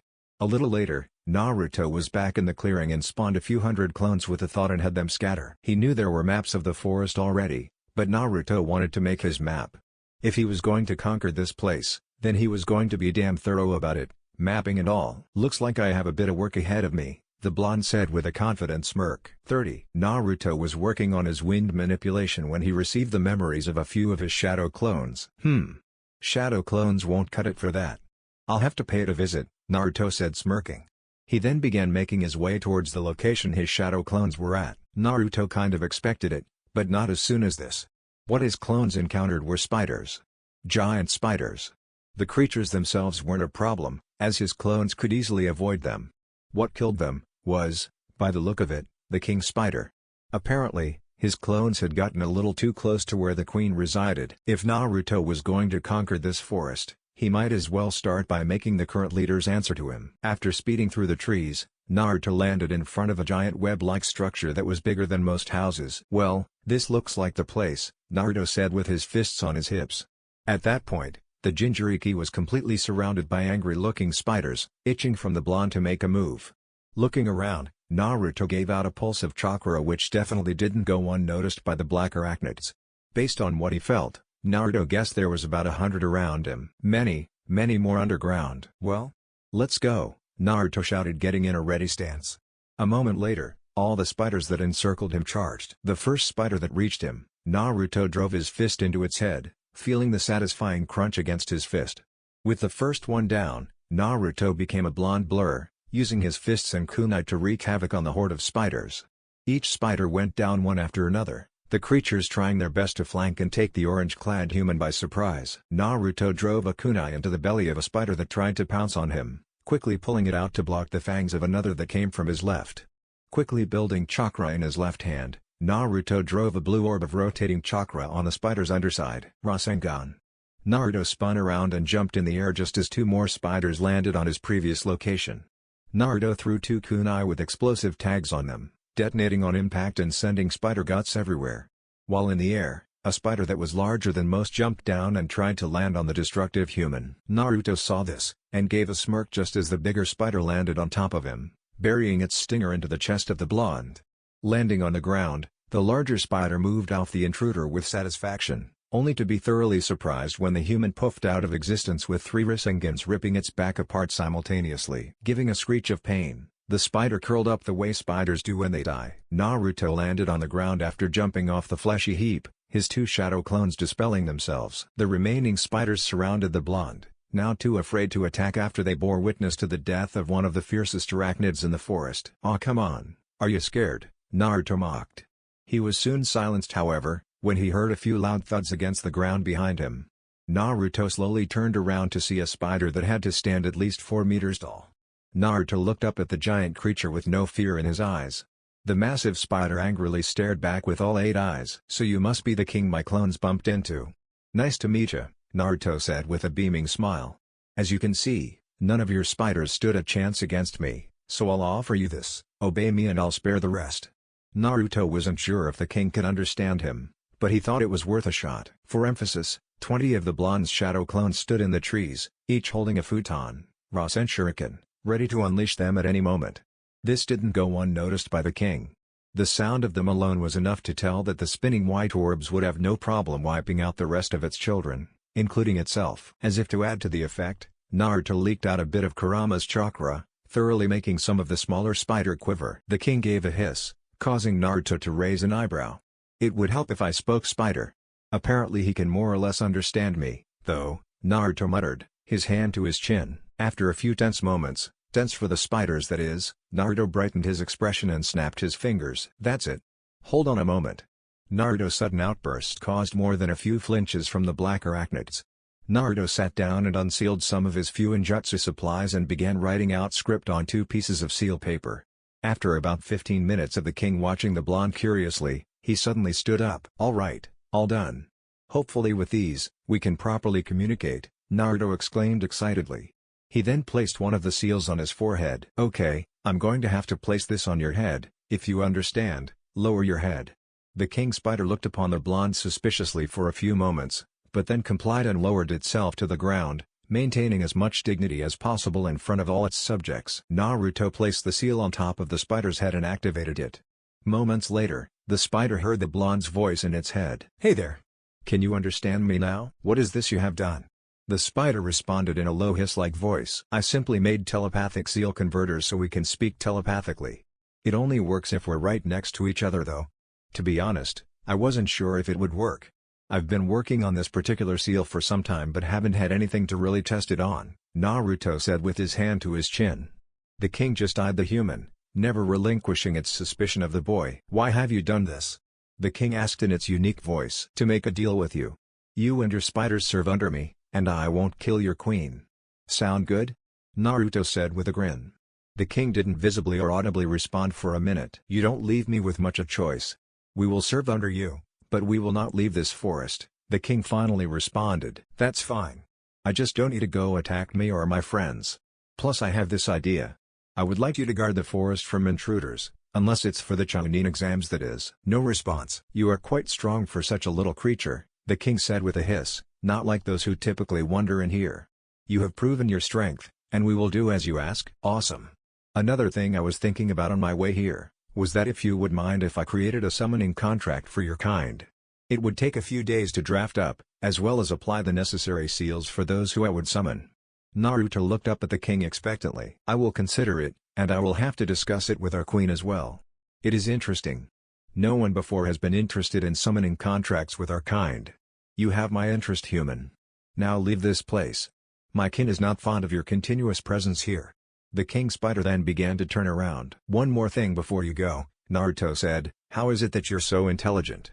I've encountered intelligent animals before, I just didn't expect one to be in this forest. There are many of us, champions of our own species. There remain a few more in this very forest. Most however, hide themselves away. Now be gone." Naruto just gave the king one last smile before he turned to leave. "Man, this is going to be so cool. Creating my very own summoning contract, who'd have thought?" Naruto happily thought to himself. As Naruto began walking back, the spiders cleared a path for the frightening blonde, something Naruto couldn't help but snicker at. 30. "Well, this is it. The training ground we'll be using is just over there," Sasuke said, indicating a training field a short distance away. It took a week for Naruto to actually come and take up Sasuke's offer to train at the Uchiha compound. Naruto himself wasn't a big fan of the idea, but Sasuke insisted, so the Jinchuriki relented and went. The Uchiha compound had been really impressive to Naruto so far. It definitely showed that the Uchiha took themselves too seriously as one of the most powerful and wealthiest clans in Konoha. All of the homes were elaborate, made with the highest quality building materials, yet they were structured in a simple, but elegant manner. The boys made their way over to where Sasuke lives, the most elegant and elaborate house in the middle of the compound. "We'll be eating and resting here when we're done," the raven-haired boy said. Naruto gave a nod and proceeded to follow the Uchiha to the aforementioned training ground. "Wow, Sasuke, I know living by yourself must be lonely, but I can't imagine how you feel with such a big place all to yourself." Sasuke just gave a grunt in response. After they got to the middle of the training field, the boys stopped. "So, what do you want to work on today? Taijutsu? Ninjutsu? Target practice? Or we could always do some chakra kotaro." "Fight me, Naruto," Sasuke interrupted. He had a determined look in his eye and voiced his reasoning. "I know you're stronger than you let on, and that you're a little better than me. I need to see how big of a gap there is between our power." Naruto looked at Sasuke with a fake incredulous look. If only Sasuke knew how big that gap actually was. "I don't know, I think we're pretty neck and neck. I just know a few more things is all." Naruto hated lying to him, but he really didn't want to reveal how strong he was to anyone just yet. Naruto also knew that Sasuke wouldn't take it well if the Uchiha found out just how big that gap was. Naruto would wait for now. "Naruto, I know you're lying. Whenever we get done training, you're not even winded," Sasuke tried to argue. "You can really just chalk that up to high endurance.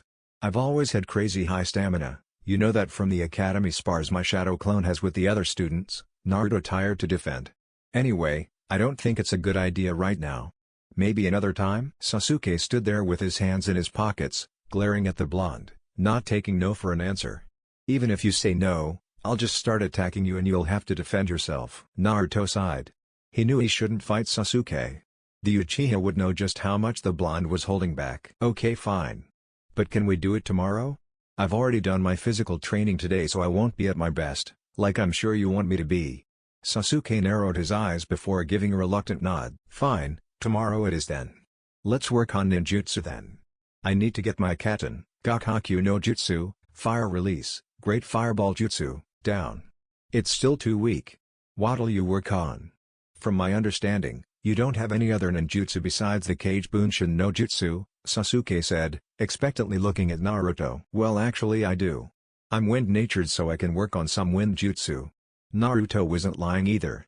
Naruto's wind jutsu currently numbered at a measly 1, even though it was his strongest jutsu at the moment. He needed to learn some other ones. Sasuke nodded, then gestured with his hand to get Naruto to show him. Naruto went through the proper hand signs. Futon, Date Appa, Wind Release, Great Breakthrough. A ball of air burst from Naruto's mouth, but felt little more than a breeze upon release. Naruto had seen Orochimaru use the jutsu and the hand signs weren't that difficult to remember. Naruto just couldn't get the power behind it like the snake Sannin could, but that was to be expected from only seeing it done a few times. I'd say you need to work on that one Dobi, Sasuke said with slightly cold tone. You're never going to let that nickname go, are you, Sasuke-team? Naruto shot back with a smirk. Not on your life, Dobe. They separated and walked to create some space for each other's ninjutsu training, Sasuke with his fire and Naruto with his wind. Luckily the next day, Naruto didn't have to send a clone to the academy. Now he would be able to go and spar with Sasuke that morning to get it out of the way so he could focus on his own training. An hour past dawn, Naruto showed up to the Uchiha compound. Sasuke? We gonna do this or what? Naruto yelled at the entrance. He saw Sasuke turn the corner of one of the vacant houses and start walking towards him with a smirk on the raven-haired boy's face. Yeah, Dobi, let's do it. They both walked to the training ground that they trained at the day before. I'm gonna have to up my resistance seals to 8 if I want to hold back enough. That should slow me down to around his level, Naruto thought to himself. They squared off facing each other, each with his own smirk. So how we gonna call this? Till one gives up? Naruto wanted to establish at least some form of rules. Yeah, that or the other one can't continue. Everything is allowed, but we should probably avoid kill shots, Sasuke said, slightly surprising Naruto, albeit internally. Sasuke really was different in this timeline than he was in the previous, but yet he still had the same ambition. Alright, sounds good. Naruto popped a clone into existence. He'll call the match. Sasuke nodded. The clone raised his hand, then dropped it, yelling, "Begin." And at that, the boys sprang into action. Sasuke started by throwing several kunai and shuriken at the blonde, only to be countered by the same boy with his own thrown weapons, deflecting everything Sasuke threw. But Sasuke had followed his thrown weapons to follow up on them. Naruto was impressed with his speed for a third-year academy student, but it was still painfully slow to the blonde. Once the weapons were deflected, Sasuke feinted a right rook and attempted a leg sweep. Naruto barely jumped up out of the way, but towards his opponent and threw a series of punches. A few hit their mark, but were otherwise deflected by the Uchiha boy. Sasuke jumped back and started going through seals. He landed on the tiger seal and unleashed a fireball about the same height Naruto was. It once again was very slow, and Naruto managed to dodge out of the way. Man, he isn't playing around, Naruto thought, going through a few seals himself while he was still in the air from dodging the fireball. Futon, Date Appa. This wind jutsu was a lot more powerful than what Sasuke had seen Naruto do the day before, and it was much faster. Sasuke tried his best to dodge the incoming projectile and barely managed to avoid it with it hitting the left side of his body. With a wince, Sasuke skidded on the ground, then started to chase after the blonde, only to be surprised when he didn't see him. He had a sinking feeling and spun around only for his face to meet a fist, sending him sprawling backwards on the ground. Alright, I give. Nice one, Dobi. I didn't think you were that fast, Sasuke said with a smirk, wiping his chin with the back of his hand. Naruto reached his hand down to help the boy up. Well, technically what you saw wasn't speed. The me that you were fighting was a shadow clone, but I dispelled him when you were trying to dodge its jutsu. I had substituted him out during our exchange with the Kawarimi no Jutsu to end up behind you. All I had to do then, was come up behind you and deliver the finishing move, Naruto said in an informing, almost teaching voice. Sasuke grabbed the offered hand and was hoisted up by the blonde. That was fun, Dobi, we should do it again sometime, Sasuke said with a smirk and glare in his eye. Yeah, but not anytime soon. We both need to get stronger to see any real progress. How about we spar once a month to see how we've progressed through our training?" Naruto offered. He didn't want Sasuke to bug him every day for a spar because he had his own training to do. "Yeah, sounds good.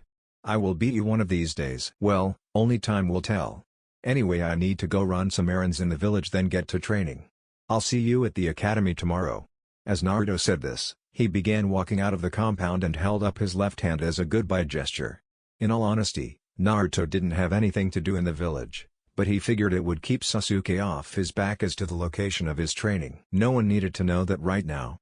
Sasuke just nodded through this. "Whatever, Dobi, Jane, see you later." Sasuke turned around to do his training for the day as the blonde walked out. As Naruto was walking down the street, he couldn't help but notice how difficult it was to move in the 8th level of his resistance seal.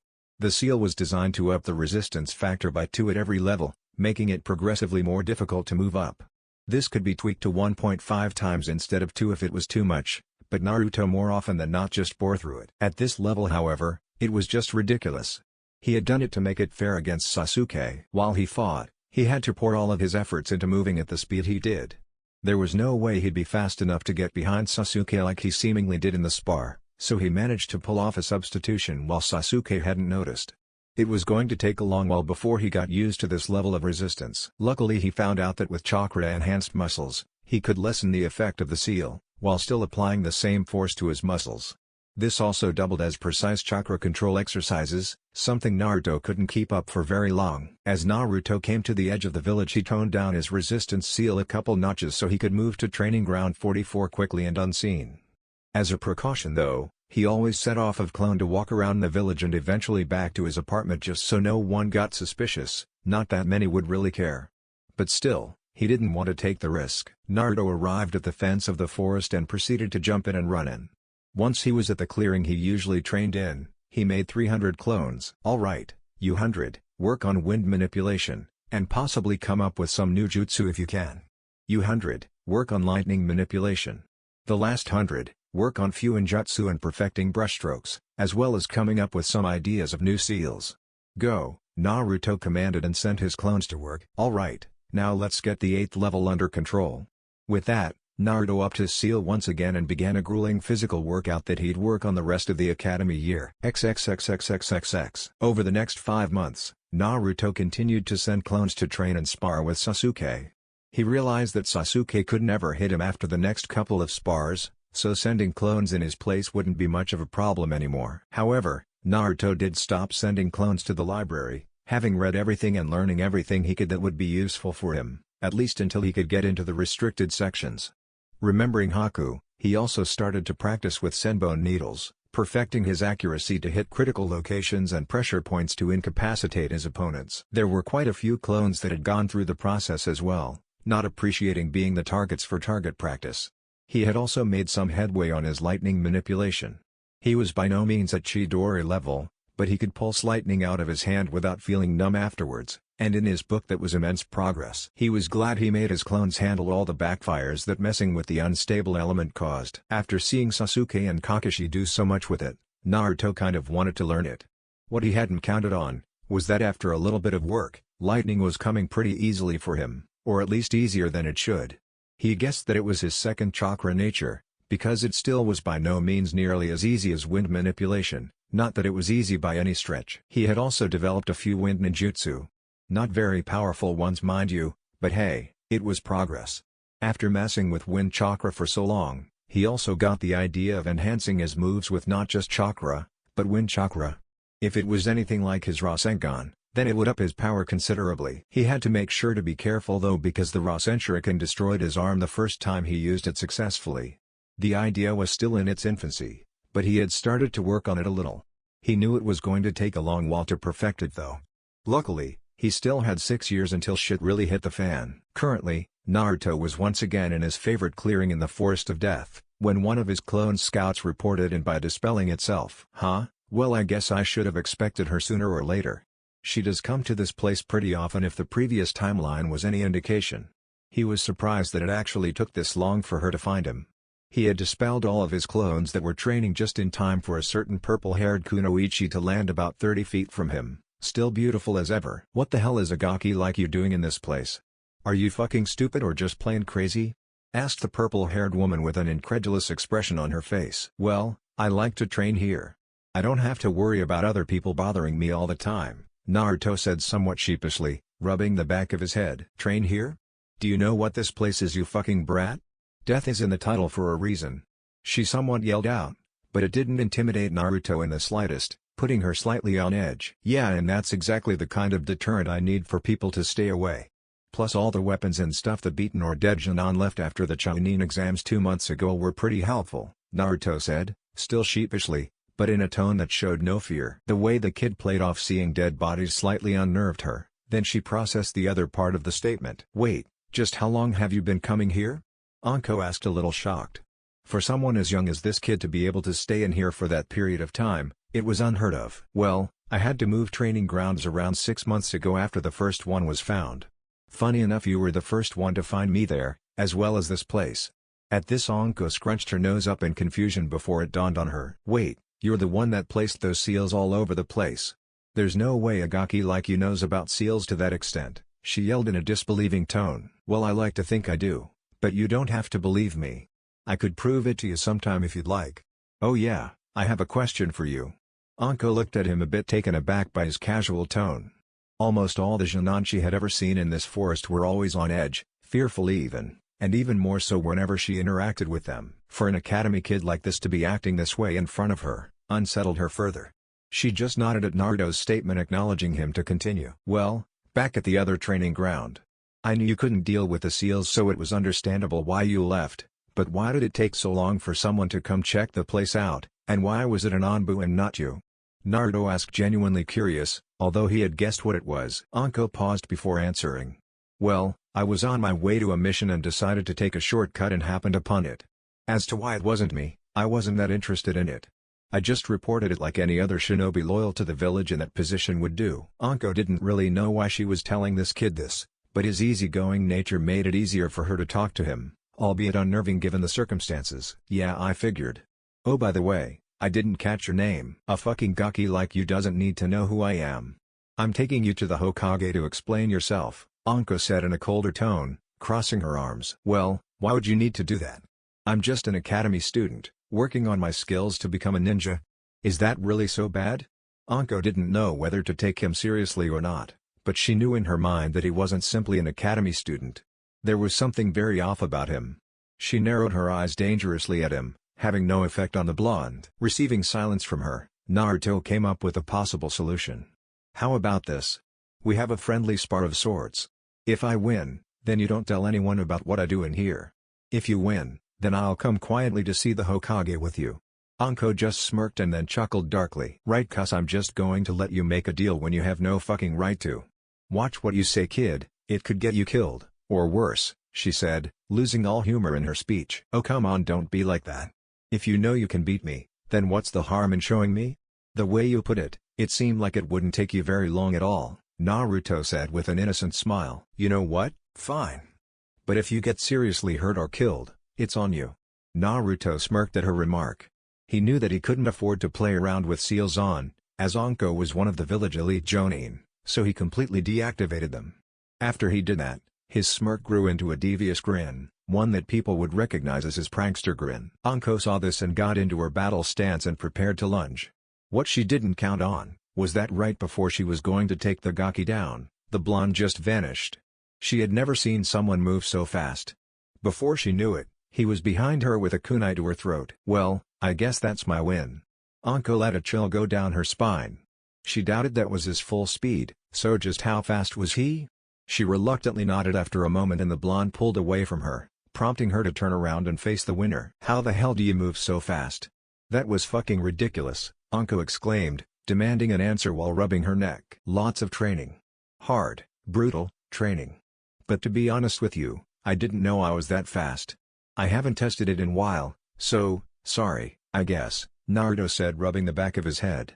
At this point, Anko just refused to believe that this blonde could exist.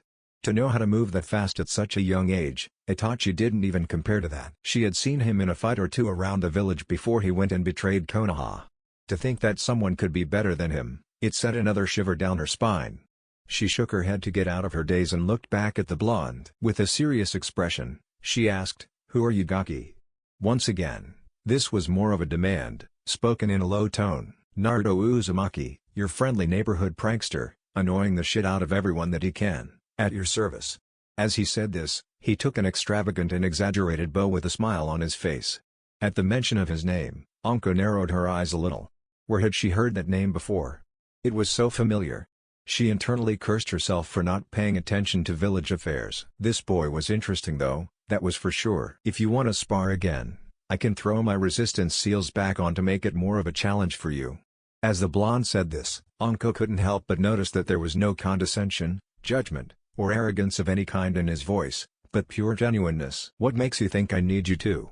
You just caught me off guard, it won't go like that next time," Anko said with a huff as she crossed her arms underneath her bust, making it that more pronounced. Naruto had to look away for fear of a blush as he put his hands behind his head. "Hey, so there's going to be a next time, is there?"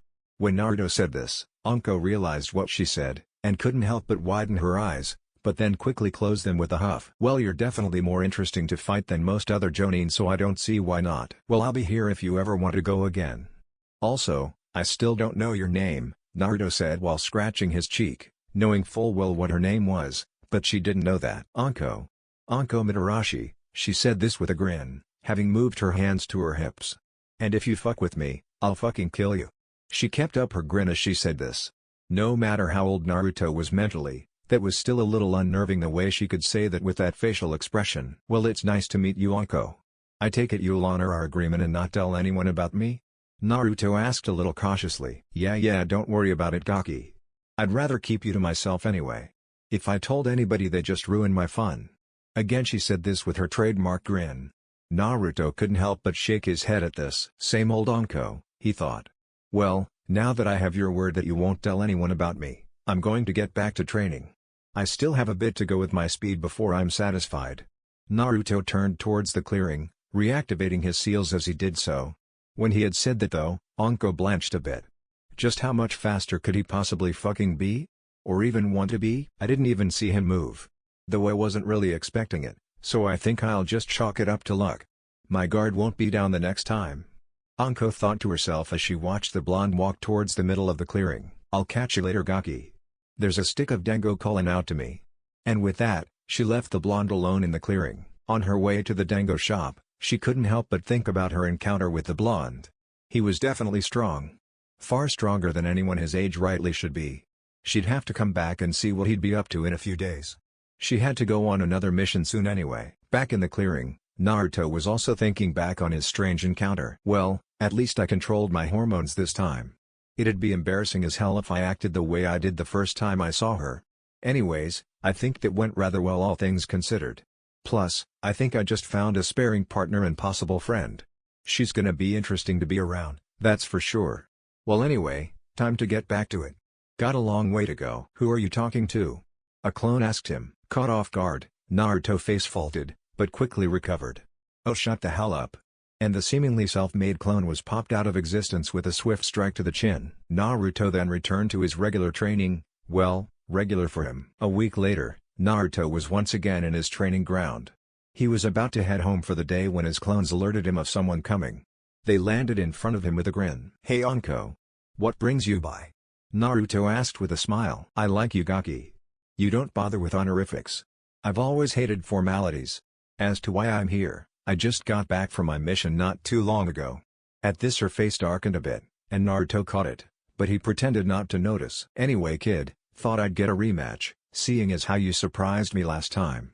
I'll make sure to kick your ass this time," the purple-haired girl said, the grin and color returning to her face. Naruto could tell that whatever her mission was, it was bothering her. She probably came to vent a bit, which he was very much willing to do. He could understand needing to fight out your frustrations. Yeah. I was about to head home actually, so you came at a good time. Seeing that it's getting to be around the time I eat something, you want to join me when we're done?" "Whoa kid. You're 10 years too young to be asking me out," Anko said playfully. This made Naruto blush significantly. "And no, it's not like that, I swear. I just thought it would be nice to eat in company," Naruto exclaimed, waving his hands in front of his face. Anko noticed his blush and decided to act on it. Messing with people had always been her favorite thing to do. "What, you don't think I'm pretty enough or something?" she said with a pouty face. "And no. It's not like that at all. I think you're beautiful. I don't know. I just thought I'd ask," Naruto said with increasing distress, putting his arms in front of his face as if to protect himself from an incoming punch. Anko was caught off guard by what he had said. No one had called her that before. It was always snake whore, slut, or worse. She had never been given a compliment by a male since she got back from Orochimaru's hideout. Luckily Naruto didn't see the shock on her face with his arms in front of his. She got over her shock just in time as she schooled her features into a playful smirk. "Don't worry about it, kid. I'm just fucking with ya," she said as Naruto peeked over his arms. "Oh, well, is that a yes or a no then?" he said a little sheepishly, looking at the ground. "Sure, Gaki. Now back to the matter at hand. I was about to kick your ass," Anko said with her smirk still intact. Naruto put on a serious expression then smirked, forgetting about his previous embarrassment. "If you think you can, Anko." He toned down his resistance seals to 4. "That should put me around the same speed as her, probably," he thought. He got down into his fighting stance and raised his hand to gesture her over to him. "I'll let you make the first move this time," he said with a glint in his eye. "Oh, you're gonna regret that, Gaki," she said with an equal glint and murderous smirk. They stood there for a moment, waiting for either to make a twitch, when she suddenly shot forward to engage in taijutsu. Naruto saw her strike and was about to counter it, but was surprised when she suddenly shot back. "Sinayashu, hidden shadow snakes." As she said this, a stream of 5 snakes shot out from the sleeve of her tan trench coat to ensnare their prey. Naruto had forgotten that she knew snake jutsu like the snake Sanin. Because of this, he was caught off guard and one of the snakes nicked his arm. As soon as it did, he realized that the snake had injected a poison into him. Luckily, his tenant would take care of that. "Yo Kurama. Can you flush out my system with your chakra?" he shouted into his mind. "Yeah, kid, way ahead of ya. I ain't about to die by some measly poison because you can't seem to avoid a slow strike by a slower opponent." The fox grumbled right back at her jailer. In his momentary lapse in his mind, he failed to notice Anko shoot towards him, taking advantage of the opportunity she left him. She had a kunai in hand this time, ready to slice his jugular. Just in time, Naruto caught her hand and deflected the attack and punched her in the gut, sending saliva out of her mouth and sending her flying through the air. She landed in a 3-point stance, skidding on the ground about 20 feet away. "Holy shit, this kid can punch hard," Anko yelled out in her mind. She couldn't believe that something so small could hit so hard. She knew he was fast, but to be this strong too? It was just ridiculous. "Damn, Gaki. You got some impressive strength there. But let's see if you can handle this," she said, hunched over, never losing her smirk. Naruto smirked right back and shot forward. He threw a series of punches and kicks, each being blocked or deflected expertly by Anko. "You're pretty fast, Anko, but let's step it up a notch." Naruto began to realize that he was only slightly faster than Anko, but he still hadn't seen her full speed yet. At his comment, he shot back, making a seal-less Cage Bunshin appear behind her. Since he was unsure of her speed, he'd need a backup plan. She shot forward to chase after him, attempting to punch him in the temple, but missed purposefully, throwing her weight into a heavy axe kick to his shoulder. She wouldn't do this against a regular opponent, but Naruto was short enough for it to work. What she hadn't counted on was her leg being caught from behind right before it started to make its descent. A clone? When the fuck did he make that? Don't tell me he can do it without seals. Who is this kid? She furiously thought to herself, only to be interrupted by a side kick to her upper back, once again sending her flying off. She manipulated her body to land in a 3-point stance once again, but with a little less grace. When she stopped skidding, she barely had time to dodge 6 shuriken hurling towards her head. With the ample distraction, Naruto managed to in her blind spot. He threw a sweeping kick to knock her down, but to his surprise, she jumped up to evade it. Realizing his blunder, Naruto tried to jump back, only for the bottom of his chin to be smashed by a steel-toed combat boot. As Anko was about to celebrate her win, Naruto puffed and smoked. Immediately becoming alert, Anko spun around to look for the blonde, only for the wind to be knocked out of her by a swift blow to the stomach. Naruto then side-kicked her on the collarbone, knocking her to the ground. Naruto then pounced on her, kunai at her throat. Before she realized what happened, she felt cold steel against her throat and a weight on top of her. She looked up to a smirking Naruto. "Looks like it's my win again, Anko-chan." At this, she set a snake from her sleeve to tear out Naruto's windpipe, only for it to burst into smoke, again. Fucking damn it. The same thing as last time. Try something new for once, why don't you? She yelled out in exasperation and frustration at her loss. Hey, why change something that works? Naruto said with a shrug as he walked up to the girl. Why the hell didn't the poison work? You should be on the ground paralyzed by now, foaming at the mouth. She asked a little irritated, as she began to get up. Well, let's just say that poison doesn't really work on me, unless it's extremely potent, Naruto said to the annoyed Anko, who just grumbled at his response, not entirely satisfied by his answer. Fine, what do you want this time, Gaki? She said with her arms crossed with her face in a pout. Eh? Oh, don't worry about it. Company for dinner is just fine, he said nonchalantly. Anko just stared at him with slightly narrowed eyes. He didn't want anything from her? No ulterior motives? Just her company? No one had wanted just her company before. This kid was getting weirder and more interesting every time he spoke to her. She lightened her expression a little. Fine, Gaki. Where are we going? It was more of a demand to know than a question. The place where they serve the food of the gods, he exclaimed with a finger pointing towards the sky. Anko's eyes lit up. The dango shop? Anko asked excitedly. Naruto just looked at her with narrowed eyes. No, I was talking about Ichiraku. They serve the best ramen, and ramen is the food of the gods. They stared at each other for a minute before a spark seems to manifest between their foreheads. The fuck you saying, Gaki? Dango is the food of the gods, she said with a dangerous glare. No, ramen is, Naruto said with an equally dangerous glare. They stood there for a few minutes, waiting for one to admit their defeat at the proclamations. Fine. How about we agree to disagree? Naruto asked, never losing the look in his eyes. Why do I have to agree to anything? I'm the one stating the facts here, Anko said irritably. No one had called her out on her food obsession. To have a kid around 10 to do it was a new one, and she didn't really expect it. After a few more moments of the stare down, she turned her head with a huff. Whatever. Let's just go to this Ichi whatever place. It'd better be good too. Ichiraku. It's my favorite place to eat anyway. And the owners are really nice people, Naruto explained, losing all venom to his face and tone of voice. Alright, lead the way, Gaki, she said, gesturing her hand, replacing her glare with a half-smile. Sure thing, Naruto said, smiling. But before they left, a thought came to Anko. Nice fight, I bet you enjoyed straddling me there at the end too, didn't ya? Anko said with an evil smirk. Naruto instantly turned towards her red-faced. Oh, stop it. It wasn't like that, he exclaimed, turning back around with a huff. Anko just laughed at the blonde's expense. At that they bolted off, traveling through the treetops, Naruto leading the way. So Gaki, why do you train so hard anyway? I'm sure there's funner things to do than train all day, in the forest of death no less, Anko asked curiously. Well, I want to protect my precious people, as well as the village. I'd say the civilians don't really deserve it, but I want to protect all the shinobi and kunoichi of the world. To do that, I have to be stronger than everyone else. And to do that, I have to train, he said with a smile. I had my childhood already. To protect everyone else's, I easily give up my second one, Naruto thought. Huh. You're kinda strange, Gaki. But I have to agree with you with the civilian part, she said with her face darkening. All they're good for is screaming and yelling about things they don't understand. Especially the council. They're fucking worthless. Naruto just glanced at her with a sorrowful expression. I'm sorry that you have to know that life, Anko, he said remorsefully. What the fuck do you know? You know nothing about the hardships of life. What could you know? You're only 10. At this point they were both facing each other, having stopped on the tree branches. Naruto just smiled with a sadness in his eyes that Anko had never seen before. I know more than you might think. So goes the life of a demon child, Naruto said, thinking back on all the terrible things people had done to him in his previous life. When he said this, it suddenly jogged Anko's memory of who this kid was. He was the host of the QB. She had forgotten, being young when the attack actually happened. She had heard rumors and just now she realized who those rumors were talking about. The look in his eyes told her more than she needed to know anyway. Oh. Well, whatever. We've both had a hard lives, I suppose.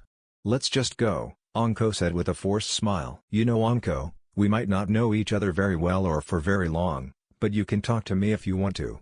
You'd be amazed at how talking about problems with someone who understands really feels, Naruto said with a sad smile. Whatever, Gaki.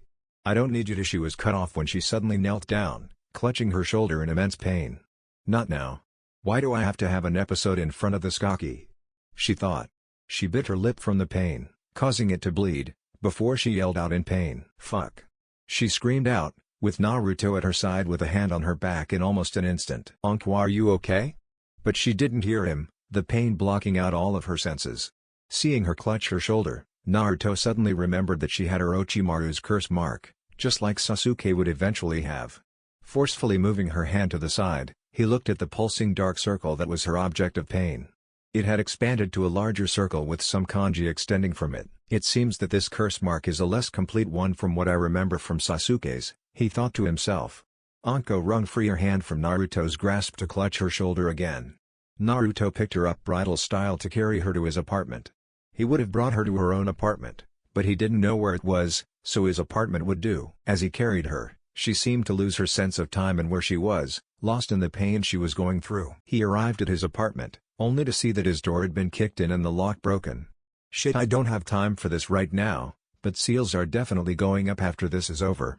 Break into my apartment, will you? He thought as he walked through the door. What he saw, he didn't appreciate. He saw two figures about to smash one of his tables in. Civilians. Oh look! It's the demon and his bitch. What, you bring her here to spread your demonic seed? Do us a favor and don't. One of you is enough. The man spat at Naruto, spitting as he did so. Naruto just walked right past him to the bedroom. Good they haven't gotten this far yet. Anko, you lie here a minute. I'll deal with my guests, he said with a cold voice, loud enough for the intruders to hear, sending shivers down their spines. He put Anko on the bed just to see her curl up in a ball from the pain. Naruto winced at her, then walked back out to face the two men. I don't believe I invited you in. If you would, leave, before I have to do something drastic, Naruto said in the same cold tone. The man to his left seemed to get it and was unsure of what to do, but the man on his right just got angry. What can a piece of shit like you do? Just for the amount of disrespect you've shown us by ignoring us and just by existing, I think we ought to beat the shit out of you and teach you a lesson, the man snarled, hitting his fist against his hand as he did so. This brought a little vigor to his companion, as he gained more confidence from the man's threat. Naruto had closed his eyes during the man's threats, but after he was done Naruto opened them, showing red eyes and a cold glare, contrasting the color to form a terrifying visage. He then demonically growled out, I warned you. Kogoro Tetsu was having a really bad day. First he gets fired from his job as an assistant to a popular merchant, then he gets mugged on the way back home on his walk of shame. He had been by the demon's apartment while on his way home and it only enraged him further.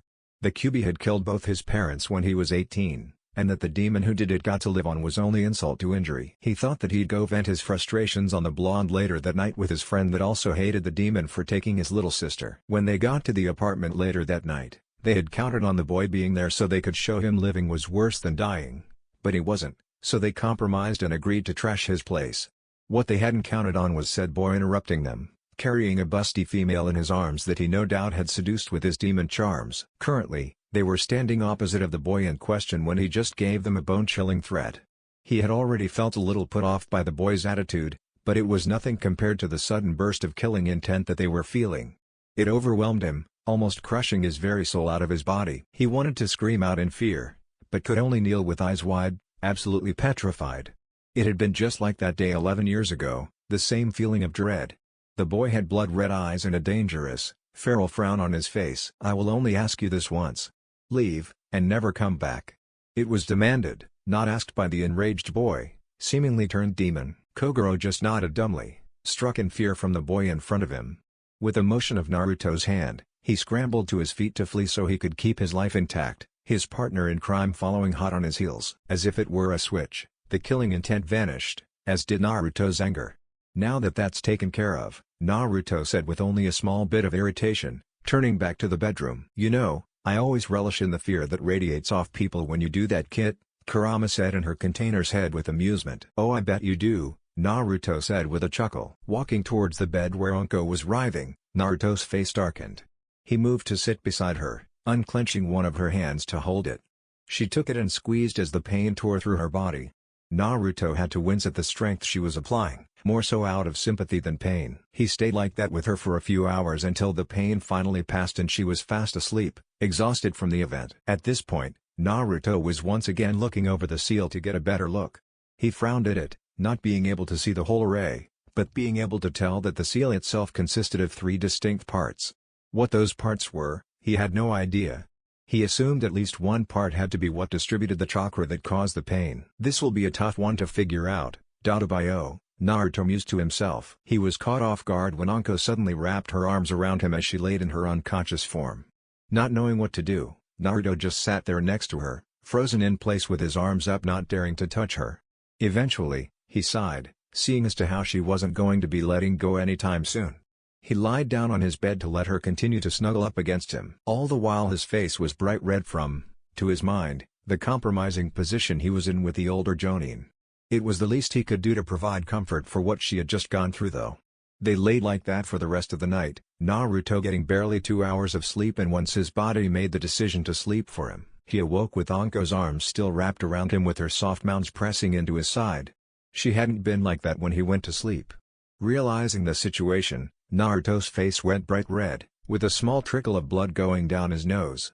He wasn't mentally prepared for this to happen. He tried to wriggle out of her grasp when she began to stir, letting go and rolling over to face the other way. Naruto let out a sigh of relief. Thank Kami she didn't wake up while she was doing that. I don't want to know what she would do to me if she found out she was cuddling with a gaki like me, Naruto thought to himself and shuddered as he got out of his bed. He probably wouldn't admit it to himself, but he secretly enjoyed laying next to the beautiful woman all night, especially the position he was in when he woke up. He walked over to the kitchen to start making some breakfast for himself and his unexpected bed companion. Anko stirred once again, the smell of food resting on her nose. She sat up bleary-eyed before she started to panic when she noticed she was in an unfamiliar room. Where am I? How'd I get here? She asked herself, her mind racing. She jumped out of the bed silently to make her way over to where the smell was coming from. She peeked her head around the doorframe of the kitchen to see the blonde she had sparred with yesterday making food, breakfast it seemed. Still slightly alarmed, but not as threatened, she stepped over into the doorway to face the would-be chef. Naruto noticed her in the corner of his eye and turned to face her. She had her hands on her hips with an expectant stare. "Oh, morning Anko," he said with a smile. "Why am I here?" she demanded. Keeping up his smile, Naruto started to explain. "Well, we were on our way to get something to eat if you remember, then you suddenly collapsed on one of the tree branches. You looked to be in a lot of pain, so I brought you here." At that, Anko suddenly remembered that they were going to the Ichi place when an episode came over her. "And where exactly is that?" she demanded, never losing the sharpness in her tone. My apartment, where else?" Naruto said with a sheepish smile. He turned back to the food he was making for the two of them. "I didn't ask you to help me, Gaki." "Why the fuck did you help me?" Anko asked with the same sharpness, with a hint of desperation in her voice. She didn't understand how someone she just met would just help her, let alone a brat like this if the rumors about him were to be believed.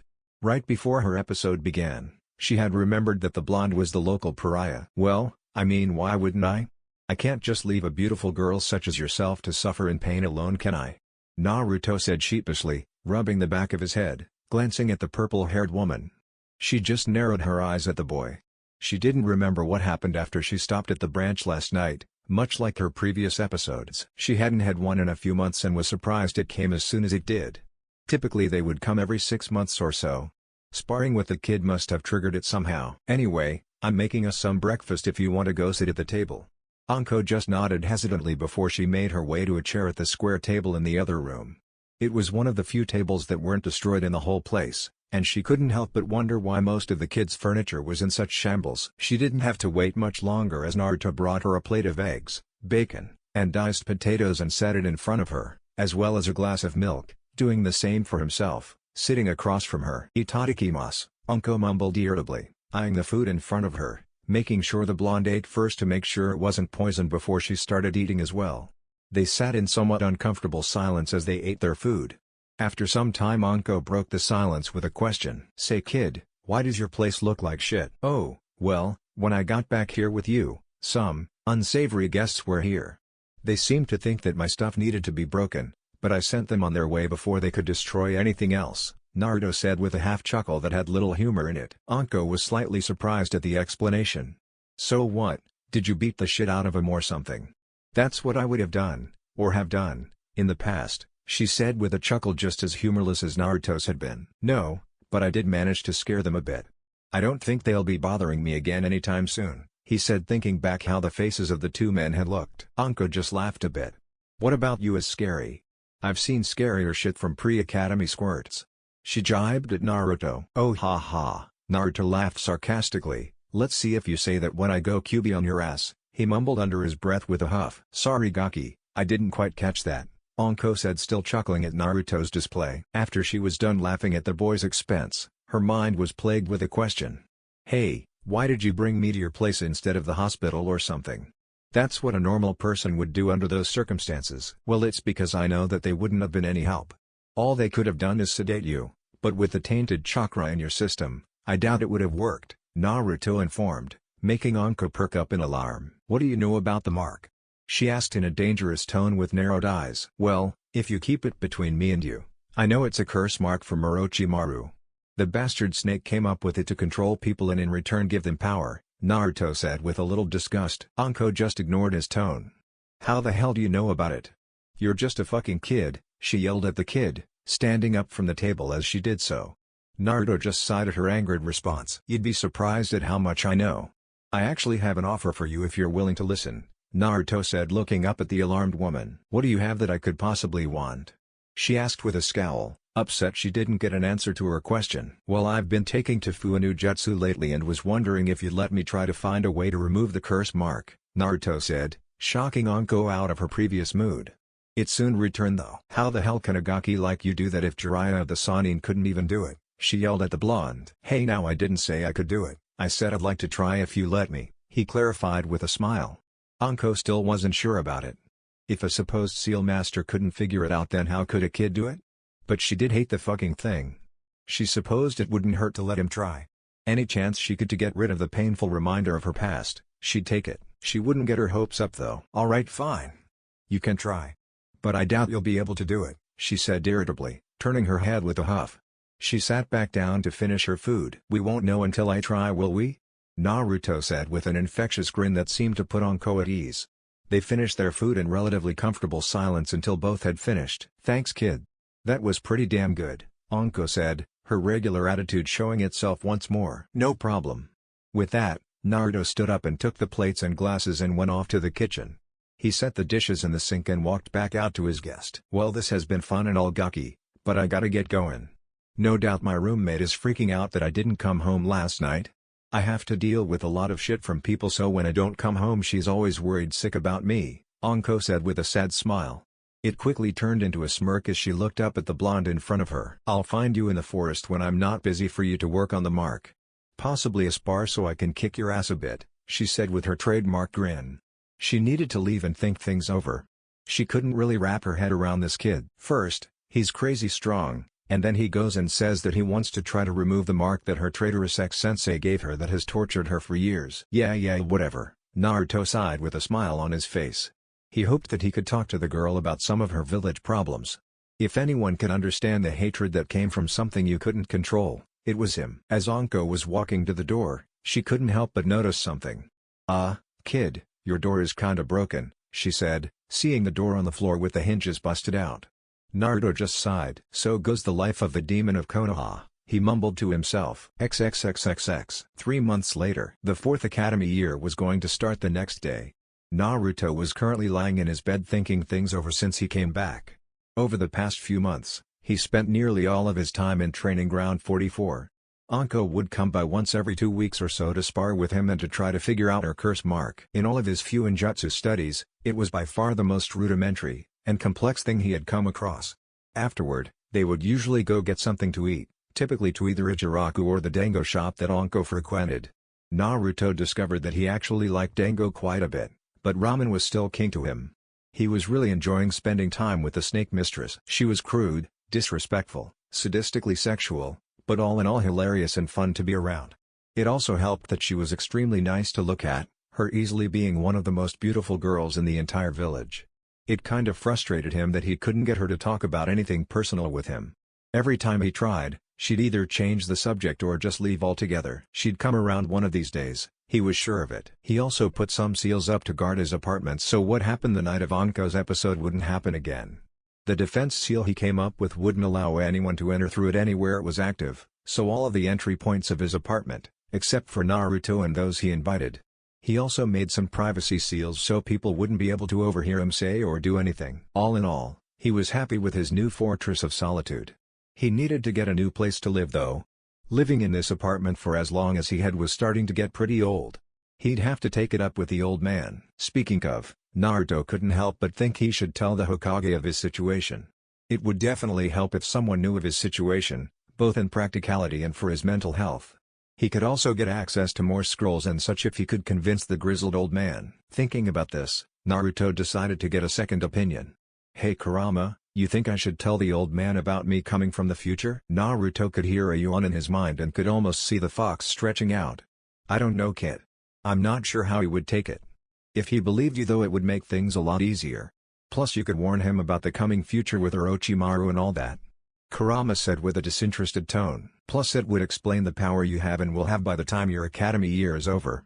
As much as I would love to see the fear on people's faces when you go orange, I don't think it would go over well if no one knew about your situation," the fox informed. "Yeah, I guess you're right. I'll go tell him today then. No time like the present, right? Wait, is that weird coming from me? Me being a time traveler and all that? Kurama? Hello?" Naruto waited for a response but just got a resounding snore in his mind signifying his tenant didn't care. "Oh fine, be that way." Kurama just smirked and went back to sleep. Naruto got dressed and ready for the day by going through his morning routine and eating breakfast. He looked in the mirror and frowned somewhat at what he saw. "You know, I should probably get out of this kill me orange jumpsuit. As soon as I'm Jinan, I'm going shopping for some more shinobi-esque clothing," Naruto said with a determined look. He left his apartment and started off to the Hokage Tower. Upon arriving, Naruto got several dirty looks from the shinobi that were standing guard. Naruto just ignored them and went up to the secretary. "Hey, I need to see the Hokage about something involving village security," Naruto said, hoping the girl would let him in without fuss. Luckily, she didn't look up from what she was doing and waved him in. As Naruto was walking through the door, she looked up to see the demon had just gotten past her. She scowled and tried to stop the boy but was too late as Naruto closed the door in front of her. She reluctantly went back to her desk muttering something about demon children and their evil ways. Naruto walked into the Hokage's office only to see the old man looking down at a pile of paperwork with a scowl on his face. "Hey Gigi, how goes the paperwork?"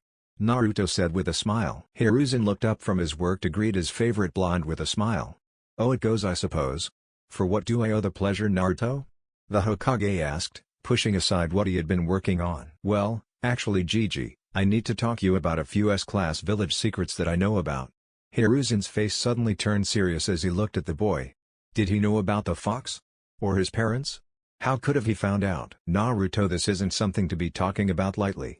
If you're lying or pulling a prank I will have to punish you," the old man said in his stern Hokage voice. I know. But I'm telling the truth and I would prefer if you sent your Anbu out, as well as activated your privacy seals. I can't risk having anything I say leak out to anyone that isn't us," Naruto said in a voice far more mature than Sarutobi had ever heard from the boy.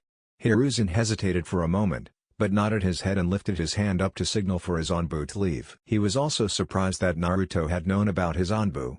When Naruto mentioned them, he looked directly at all three of them like they were out in the open clear as day. Upon leaving, he could have sworn he heard a scoff from one of the Anbu, but he couldn't be sure.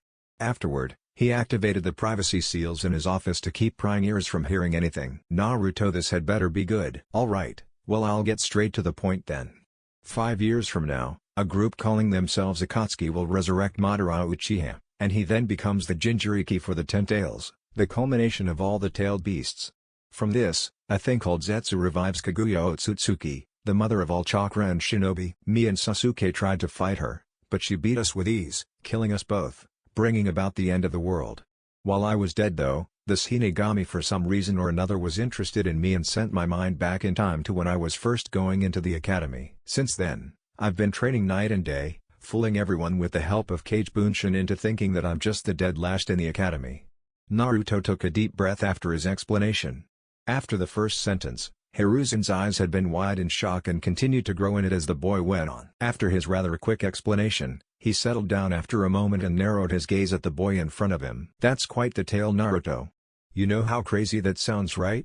From Madara, to the 10 tails, to the Shinigami," Sarutobi said in a disbelieving tone. "Well, I didn't think you'd believe me. Guess I'll just have to prove it then. I suppose information will do as a first step. If I wasn't from the future, how would I know about the QB sealed inside of me? How would I know that my parents were Minato Namikaze and Kushina Uzumaki? How would I know that the Uchiha massacre was orchestrated by you and a few others to kill all members in order to prevent a coup attempt, with Itachi taking the blame?" If Hiruzen was surprised before, then nothing compared to how he felt now. He couldn't believe what he was hearing. How did this boy know all of these things? He didn't even seem fazed by any of it. After staring at the boy for a few moments, the old man just sighed. If you know those things, then that doesn't leave much room for me to not believe you. Also, what you have said is very disconcerting if it is indeed true. Alright Naruto, I believe you. Naruto just sighed in relief, thankful that the Hokage believed him. A weight seemed to lift off his shoulders as well. Thanks Hokage Gigi, that makes things easier. I wouldn't know what to do if you didn't believe me. Well, I suppose I could have shown you my abilities, Naruto said with a finger to his chin. Speaking of, just how strong are you Naruto? Hiruzen asked, genuinely curious. Well, if I had to guess, I'd say around high Jonin level.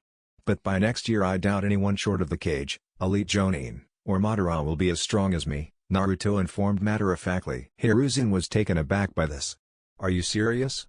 You're saying that you'll be one of the strongest shinobi in the elemental nations? At such a young age, I find that hard to believe Naruto, he said with doubt in his voice. Well, I mean, I could always show you. Right now I think the only one in the village that could match my speed is Kakashi and maybe a few others, Naruto said thoughtfully. Alright, Naruto will have to test you on that. You can graduate early and be promoted early if your abilities prove to be true. No, that's okay Gigi. I want to stay at the academy and make friends. I also want to be on Kakashi's team with Sasuke and Sakura. That's how it was before. Sasuke eventually left the village to train under Orochimaru to gain the power to defeat his brother.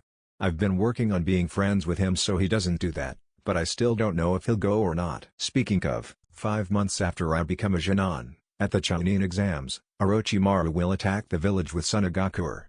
He leads the village hidden in the sound, the new one that popped up recently, Naruto once again informed. Hiruzen just had a grave expression. That's troubling news indeed. We'll talk more about it when the time comes though, the old man said with a half-hearted smile. This is quite a bit to take in at once. You're dismissed for the day while I'll think things over and what I should do. Come back tomorrow after the academy. I'm sure I'll have some more questions by then. Hopefully, this timeline doesn't end like yours did, Hiruzen said with a chuckle. Naruto just smiled at the grizzled old man. Hopefully not. Anyway, I'll see you later Gigi. I'm going to go train for the day, Naruto said as he was about to leave, only to be stopped by the Hokage's voice. Speaking of, where do you train Naruto? I haven't heard any reports of you training outside of what an academy student should, Hiruzen asked in confusion. Oh, I train in the Forest of Death. No one goes there except Anko, but she's pretty cool. At that Hiruzen's face paled as Naruto walked out of the room. His face became serious again however when Naruto peeked around the door. It's really nice to be able to talk to you again Gigi, Naruto said solemnly. And with that, the blonde took his leave. Slightly confused at his departing words, Hiruzen regained his composure after a few moments and deactivated his privacy seals, signaling for his Zanbu to re-enter the room. This is going to be an interesting few years, to say the least, the Hokage mumbled to himself, returning to his paperwork, never really paying attention to what he was reading. His Zanbu just glanced at each other, confused by the whole situation. 30. The next morning, Naruto got up early as usual to do his morning workout. Typically it would extend into the afternoon, but today was the first day of the 4th year of the academy, and he had to uphold tradition. With his resistance seals at level 8 still, he ran laps around training ground 44 for about an hour. Afterward, he did 100 push-ups, pull-ups, sit-ups, and squats, that taking him about another hour. After looking at the sun and determining it was about 7:45, he turned his resistance seals back down to 6. At 6, it was much more manageable to go about day-to-day activities. 6 is where he'd tone it down to whenever he wasn't training. Only the strongest shinobi in the village could actually move well enough to fight at that level. Using chakra-enhanced movements had become second nature at this point, improving his chakra control considerably. This also helped increase his chakra reserves gradually. To deplete his chakra reserves, he'd have to have the seals active for 3 weeks straight. He turns them off whenever he sleeps so he doesn't have to worry about that though. Deciding that it was time to head to the academy, Naruto pulled out a seal. It was one he had been working on for a while and just finished it the week prior. He put it on his exposed chest and activated it with his chakra. The seal then spread across his body, removing all the dirt, sweat, and grime he had accumulated during his workout while leaving a pleasant scent when it was finished. The whole process takes around 3 minutes, but it saves time when you can't take a shower. Naruto still preferred actual showers over the seal, but he was kind of in a hurry because the academy started at 8. After he got that out of the way, he unsealed a fresh pair of clothes to change into. Man, this orange monstrosity gets worse every passing day. I can't wait till I graduate and get cooler clothes, Naruto muttered to himself as he got dressed. When he was done, He started off towards the academy, when a smile came over his face after he remembered something. Iruka-sensei. It'll be good to see you again, he thought. It took him about 10 minutes to get to the academy building and one more to find his classroom. When he walked in he was greeted with a small glare and then a forced smile from a man with a horizontal scar across his face. He'll get over his hatred for me by the end of the year. Just you wait, Iruka-sensei. Naruto thought. Naruto just smiled back, happy to see his old/new sensei again. True. Good morning, sensei, Naruto said with a smile. Iruka turned from his desk to face the blonde. Good morning, Naruto. Just so you know, you won't be getting away with any more pranks this year. I was nice before, but I'm bringing the hammer down this year. As you would say, believe it, Iruka said with a half smirk. Naruto just smiled back just as menacingly. Oh, we'll see about that, Iruka-sensei. Well, Naruto wouldn't, but his clones would. Losing his smile, Iruka went back to preparing the first day activities he had in store. As Naruto made his way to a seat next to a certain lavender-eyed girl, Iruka shot a cold look at the blonde that had begun to walk away. Something isn't right with that kid, besides the obvious thing that he's known for. He seems off from his usual self. Something about his behavior and speech just now. It's different.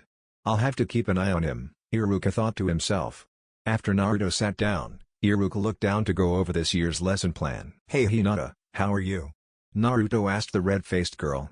She was so caught off guard that he sat next to her that she didn't even hear his question. Realizing that he was talking to her, she just looked down in front of her, poking her index fingers together. Hello and Naruto-kun, I'm sorry, but I didn't hear you, the girl said, oozing with nervousness. She hoped the blonde wouldn't get angry because he had to repeat himself. I asked how you were, Naruto said with a smile. He had worked on schooling his expression so he didn't look like a blushing idiot in front of the girl. Oh, Anyo, I'm good Naruto-kun, Hinata said softly. In reality though, she was both horrible and fantastic at the same time. She was horrible because she felt like she was going to faint in front of the boy she admired, but fantastic that she was sitting next to and talking to said boy. That's good. So are you excited for your final year at the academy? Naruto asked. Anyo, I guess, Hinata said, still poking her fingers together. Kami knows I am. More like excited when it'll be over.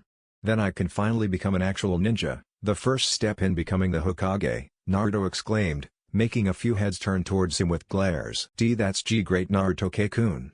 I hope you seek and achieve your dream. Thanks Hinata, that means a lot, Naruto said with a grin. Hinata's face just went redder. He's thanking me now? I almost can't handle this, she thought frantically. She was brought out of her tumultuous thoughts by a boy walking up to both of them. He had a fur coat on with a little white dog on top of his head. That's rich Naruto. You? Becoming Hokage? Yeah right. You have to be the strongest shinobi in the village and people have to like you. You don't have either of those as far as I can see. You'd have a better chance sneaking into one of our kennels without being caught by the guard dogs who are always on patrol, Kiba said with a smirk. Plus you'd have to be able to beat me, and from the spars in class so far, we both know that's not going to happen. Well, the good news is I'm going to prove it to you when I do take the hat from Hokage Gigi and beat you into the ground. Just you wait, Naruto said triumphantly as if he already knew. Kiba just laughed. Yeah right, I'll believe it when I see it, Kiba said walking away from the two. Naruto just sighed as Kiba sat at his desk. I believe in you, and Naruto-kun, Hinata said with her eyes closed, straining to say the words. Naruto turned to her with a surprised look and just smiled. Wow. Thank you Hinata. That means more to me than you know. It was Hinata's turn to look up at Naruto with a surprised look. After a few moments, she suddenly got dizzy and her head began to make its descent toward the desk. Naruto reacted quickly and caught her head, laying it down gently so it didn't smack against the hard surface. Naruto smiled with a hint of red to his cheeks as he looked at the passed-out form of the girl. Hinata, if only you knew. Alright class, quiet down, let's begin. As most of you are aware, I'm Iruka, your sensei for the year. As you know. Iruka began a speech about how he'd try to fulfill his teaching duty as Naruto just put his head down and stopped paying attention to his sensei. Man, I hope this year goes by fast. I can't wait to be a part of Team 7 again, Naruto thought to himself. I think those were some of the best days of my life. 30. When class was over, Naruto went to leave, only to be caught by Sasuke when he tried to stand up. In his days of sleep, he hadn't realized that he sat next to him. Oh hey Sasuke, I didn't know you were sitting there, Naruto said scratching the back of his head. Sasuke gave him a deadpan expression. I've been here the whole time Dobe. Anyway, you down for some training? Sasuke asked with a half smirk. By training, he meant sparring. They were due for one to fill their monthly quota and he wanted to test his new skills against the blonde. Maybe he'd be able to actually land a hit this time. It irked him to no end that he was never able to touch Naruto, always staying just outside of his reach.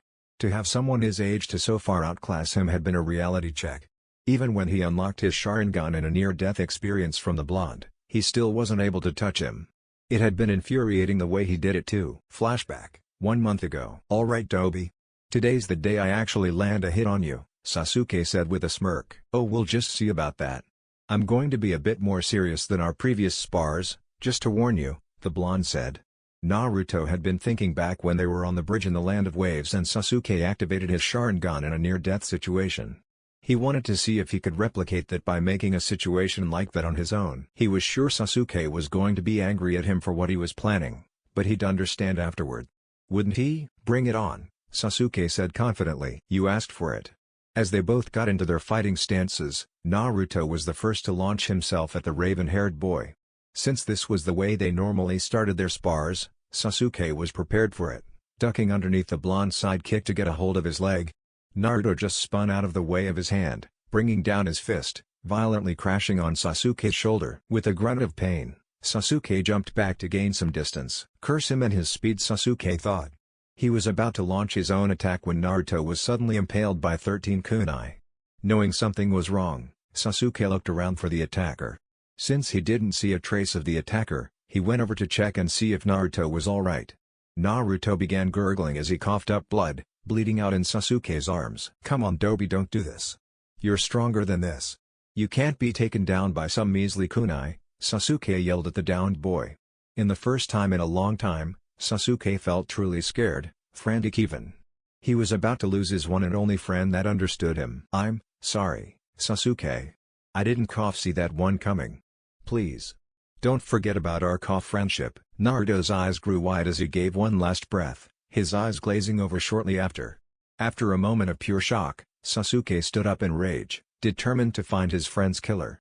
He began searching when his blood went cold when a presence made itself known right in front of him. Sasuke's eyes went wide with shock once more, then were filled with a deep hatred laced with anger. Itachi! Sasuke screamed. Why was his brother here? Why had he killed Naruto? Itachi just stood there with a stoic and calm expression that infuriated Sasuke even further. He had on a black cloak with red clouds that Sasuke had never seen before that had a high collar that hid half of his face. Hello, little brother. I've come back to finish what I started, Itachi said in an ice-cold tone. As if his tone affected the temperature, Sasuke went stiff from the comment. After a moment of staring at his brother, he looked down, his bangs shadowing his eyes. I've kindled my hatred. I've made it my goal to train every day to be able to kill you. Just when I made a friend that I could rely on to help me and understand me, you take him away from me. Sasuke screamed at the stoic Uchiha. I'm going to kill you right here and now. You seem to misunderstand. You are an insect that I am here to put out of its misery. With that, Itachi vanished from sight, appearing right in front of Sasuke with kunai in hand about to slash Sasuke's throat. Sasuke's eyes went wide in fear. He didn't want to die, not yet. This isn't how this was supposed to happen. With newfound anger, Sasuke's eyes flashed red, allowing him to see the attack, narrowly dodging out of the way. He jumped back to look upon his brother once again, with newfound vision. What is this? I can see his movements now. Well, whatever it is, I'll use it to destroy him. Sasuke screamed in his mind. If he could see himself, he'd see blood-red eyes with 2 tomoe in each of them. His vision was crystal clear now. He could make out every single detail and recalled everything he saw with perfect memory. He didn't have time to think about what this new power was though, as he was too focused on the situation at hand. Itachi pulled down his collar to reveal a genuine smile. Congratulations, Sasuke. In a puff of smoke, Itachi vanished from sight, revealing a beaming blonde with a foxy grin. I see that my little plan worked. I told you I was going to take this spar a little more seriously, Naruto said, rubbing the bottom of his nose with his finger. Sasuke was just stunned for a moment. Naruto had died in his arms not 2 minutes ago, yet he was right here in front of him, and Itachi was nowhere to be seen. It took him a minute, but Sasuke finally put the pieces together. He looked at Naruto with an angry scowl. What the fuck was that, Naruto? You know how I feel about my brother. Why would you put me through that? Sasuke yelled uncharacteristically at Naruto. I can't believe you'd make me relive the pain I went through that day. Sasuke was about to kick the blonde out forever when Naruto's sheepish grin caught his eye. Well, there was a purpose to it, you know. Here, take this and look at yourself, Naruto said sheepishly, handing Sasuke a mirror. Sasuke just glared at him for a moment. He reluctantly took the mirror to look in the mirror, when the anger dropped from his features and was replaced by surprise. He looked up at the blonde with wide eyes. My eyes. He trailed off. I knew that you could only unlock them in a near-death situation, and this was the only thing I could think of that was a surefire way to do it, Naruto said, rubbing the back of his head once again. You did this to unlock my Sharingan, Sasuke said in disbelief. His scowl soon returned after the shock wore off though. I'm still pissed at you for doing that though. Playing with my emotions like that, Sasuke said in a scoff. Now listen, Sasuke. When we're shinobi, enemy shinobi won't think twice about using your weaknesses against you. That includes the hatred you harbor for your brother. I already know of one team that will try to take advantage of it. You need to learn to control it and not let it control you, Naruto lectured. Learn to hone and channel it to your advantage. Keeping a cool head in a fight can be the difference between life and death, sometimes for more people than yourself. He got another scoff from the raven-haired boy. Whatever, Dobi. I'm done for today. I want to get used to my new eyes anyway. Naruto just nodded at this. Alright, Sasuke. Just understand that I did that so you could gain Sharingan in a controlled setting, not when your life was truly on the line, Naruto said sincerely. As he was leaving, Sasuke called out to him. Naruto. Yeah, just, thanks, I guess, Sasuke begrudgingly said. This caught Naruto off guard, however. Sasuke? Thanking him? Oh, this was going to take some getting used to. No problem, Sasuke. I'll always have my friends' backs, Naruto said with a grin. He turned once more to leave the compound. When he was gone, Sasuke just spent the rest of the day activating and deactivating his Sharingan over and over again. Flashback end. Sasuke was still pretty pissed at Naruto for that, but like Naruto said, he understood why he had done it. After all the training he had done with his Sharingan, he wanted to see how he stacked up to his favorite sparring partner. Actually, I can't right now, I have to go talk to the Hokage about some things. Maybe afterwards though. Can I meet you in your compound in a few hours? Sasuke got a confused look on his face before nodding. Sure, whatever, Dobi. Just make sure you stop by, he said with a smirk. Yeah, whatever, emo boy, Naruto said with a smirk of his own. Naruto stood up and faced the indigo-haired girl on his left. I'll see you later, Hinata-chan. Maybe we can train together sometime, Naruto said with a grin.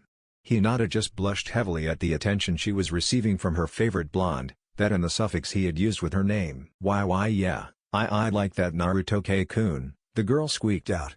Naruto couldn't help but grin at the cuteness he was witnessing. Anyway, I'll see you later. The old man wants to see me for something. Naruto left his two friends. Bye Naruto-kun. Hinata squeaked once again. He had to smile at her comment as he walked out the door. The girl's cuteness was getting to be too much for him. On the other hand, he couldn't wait to just shine out of a room whenever he wanted. The look on other people's faces would be priceless. As the blonde left the classroom, a certain pink-haired girl was seating at her desk. She had just witnessed her academy crush interact with and make plans with the Naruto baka. Another girl came up to her who had pale blonde hair, also noticing the interaction. Sakura did just see what I saw? The blonde girl asked, just as furious. You bet I did, Ino. Why would Sasuke-kun even bother to hand out with that dead last baka? Sakura spat out. He even invited Naruto to his clan compound. How unbelievable is that?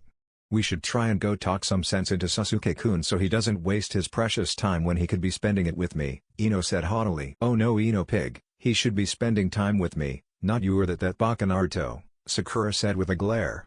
But I do agree we should go talk some sense into Sasuke-kun.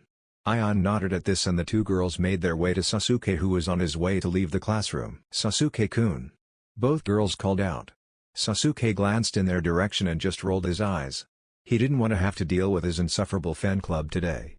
He just stopped to hear the two loudmouths talk so they wouldn't keep bothering him. Once the girls walked up to the raven-haired boy, the pink-haired girl was the first to speak. Sasuke-kun, why are you hanging out with that baka Naruto? He'll do nothing but waste your time. You should spend some time with people that actually matter, like me, Sakura said with a blush while motioning to her body with her hands. Yeah, Sasuke, Naruto's the dead last of the class, so hanging out with the loser would be pointless. So you should spend some time with me instead, and not forehead over here, Ino said, motioning to the girl next to her with her thumb. Sasuke just sighed. Is that all? He asked in a bored tone. The girls looked at each other a bit unsure, and then back at the boy in front of them and nodded. Then I'll be going, Sasuke said coldly as he started to walk away. Both girls just got stars in their eyes and squealed. Sasuke-kun is so cool. They both squealed out in unison. Sasuke, while already on his way out of the building, could already feel the headache that the squealing was causing him. Okay Ino, I know we may be rivals of love, but I think we should team up to deal with this Naruto problem. We have to come up with a plan to put the baka in his place and make Sasuke see him as the dead last he isn't, so he can see me, I mean us, as possible. She paused before a deep blush came over her as she once again squeaked out, "Lovers." Ino even blushed at the mention of such a thing happening. "Alright Sakura, a temporary truce until we can get rid of Naruto," Ino said with an evil smirk. They both knew they were going to betray one another in the end, but they didn't really care. After all, true love conquers all. Yeah, I can even get my mom to do something about it. She's an elder in the council and has quite a bit of pull. I'm sure if she found out the baka is hanging around the last Uchiha, she'll do all that she can to oust the stupid blonde, Sakura informed Ino with a devious smirk. At that, both girls left the room with a very worried Hinata left behind. She had heard the whole conversation with both girls seemingly not noticing she was sitting only a few feet from them. Hinata would have to warn Naruto-kun when she could. He already had a tough life because of the council. Her favorite blonde didn't need their wrath as well when he was still under their power. Hinata got up out of her seat to go find the boy in question, with a renewed determination in her eyes to protect her new friend. She had been content with just watching the blonde from afar, but when he had openly engaged in conversation with her, and made an effort to be friends with her, it was like a dream come true. She left the classroom only to have a certain boy reclining in his chair to open one of his closed eyes to watch after her. Jeez. Troublesome blonde, always getting into trouble. The boy closed his eye again, only to have an eraser hit him square on the head. The boy with a white mark now residing on his forehead lazily opened his eyes to see who his would-be attacker was. "Shikamaru, class is over. This isn't your napping ground. Go home. I'll see you bright and early tomorrow morning," Iruka said with a smile. Shikamaru just grumbled at the thought of the two words early and morning describing each other. He put his legs down and stood up to head out the door. "Hey Shika, you wanna go find Naruto later and see if he wants barbecue?" A plump boy asked the other lazy boy while munching on a bag of chips. "Sure Choji. I'm going home to watch the clouds for a bit though. You are welcome to come if you want. If not, then, whatever. I'll just see you later." "Sure Shika, right behind you," Choji said with a smile. The boys left, leaving only Iruka in the classroom. "Man, I can already tell that Naruto is going to be all kinds of trouble this year. He sure doesn't act like what's sealed inside him though. Maybe all those rumors about him aren't true," Iruka trailed off in thought. Shaking his head clear of distractions, he sat at his desk to write out tomorrow's lesson plan. Hokage's office. "Why oh why is there never an end? Never an end to this," Hiruzen yelled out, much to the amusement of the Anbu currently in the room. He was of course talking about his all-time nemesis, paperwork. So much paperwork. The grizzled old man sighed and leaned back in his chair to take a break from the never-ending cycle of paperwork. He was relieved when a knock came to his door, welcoming the distraction. "Come in." After he said it, he put on a smile upon seeing a blonde-headed kid walk through the door. His expression then turned into a frown, remembering what the boy was probably here for. "Hey Gigi. How goes the illustrious duties of the Hokage?" Naruto asked with a knowing smirk. Hiruzen just sighed and signaled for his Anbu to leave the room. He then put the privacy seals up. Naruto just looked at him with a quizzical expression. "I'm assuming you haven't come by just for a visit and are here to give me some answers to some questions." "I most certainly have," Hiruzen said, gazing at the boy in front of him. Naruto just took a seat in one of the two chairs in front of the Hokage's desk before answering. "Well, when you put it that way," Naruto said with a chuckle. "I can't do both." Hiruzen's face softened at this.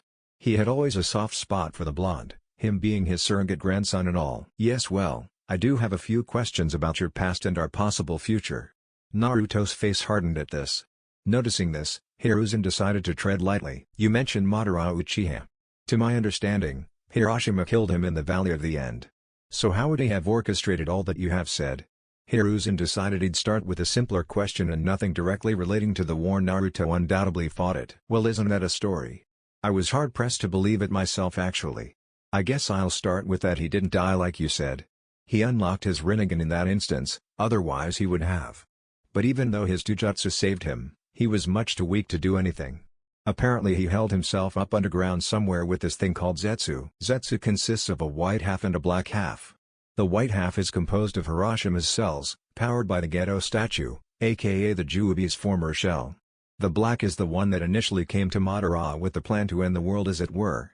He also was the one to transplant Hiroshimas into him so he could unlock the Rinnegan, only he did so when it was too late. Anyway, what Madara didn't know, was that Black Zetsu actually planned on reviving his mother, Kaguya, the whole time and stabbed him in the back. As you know, he was successful in this, otherwise I wouldn't be here. Oh, and another thing, he was cut off by a hand that was held up by the old man. Okay, so let me get this straight. Madara survived, but lived well over 100 years to carry this out? How did he live for so long? Oh, that's because of the Geto statue. It prolonged his life. With this he recruited a disciple before he died. You may know him as Obito Uchiha. And before you go saying he died, he didn't. Zetsu saved him under Madara's orders. He becomes just as evil as the Uchiha prick when he saw Kakashi-sensei kill that girl Rin. He kinda went off the deep end after that, and still is as of right now. He is also the leader of the Akatsuki, by the way. But that's a whole slew of information that isn't really important right now. Wait, how did Madara do all this if you just said he died? Hiruzen at this point was very confused. Oh. Well, that's because Orochimaru team improves on the Nidaime Zeto, Tensei, summoning, impure world reincarnation. With it he can revive anyone in a mortal body that the caster can then control. Troublesome really. All you can do is seal them away or kill the caster. Kabuto, Orochimaru's student, the bastard, improves even further, making it so they survive even after the caster is dead. This is after Orochimaru is dead though. Hiruzen, utterly engrossed in the story Naruto is telling him, head to wins, knowing that his former student would die, or had died. Traitor or not, the Snake Sannin was still his valued student at one point. Naruto continued, not noticing the emotion on the old man's face. He revives Madara, who is powerful enough to break the caster's hold on him. After beating the 5 cages we battled him some more. He became mortal once again and became the 10-tailed Jinchuriki, seemingly unstoppable. That was until we faced Kaguya, who was truly unstoppable, untouchable even. But there you go. That's the short version anyway. That answer your question? Hiruzen just stared in shock at the boy. Everything that would happen, that had happened to Naruto, it was difficult to swallow. After a few minutes of contemplation, Hiruzen looked back up at the blonde. Well, that certainly answers a few questions, that it also brings up so many more. But I won't press you with them.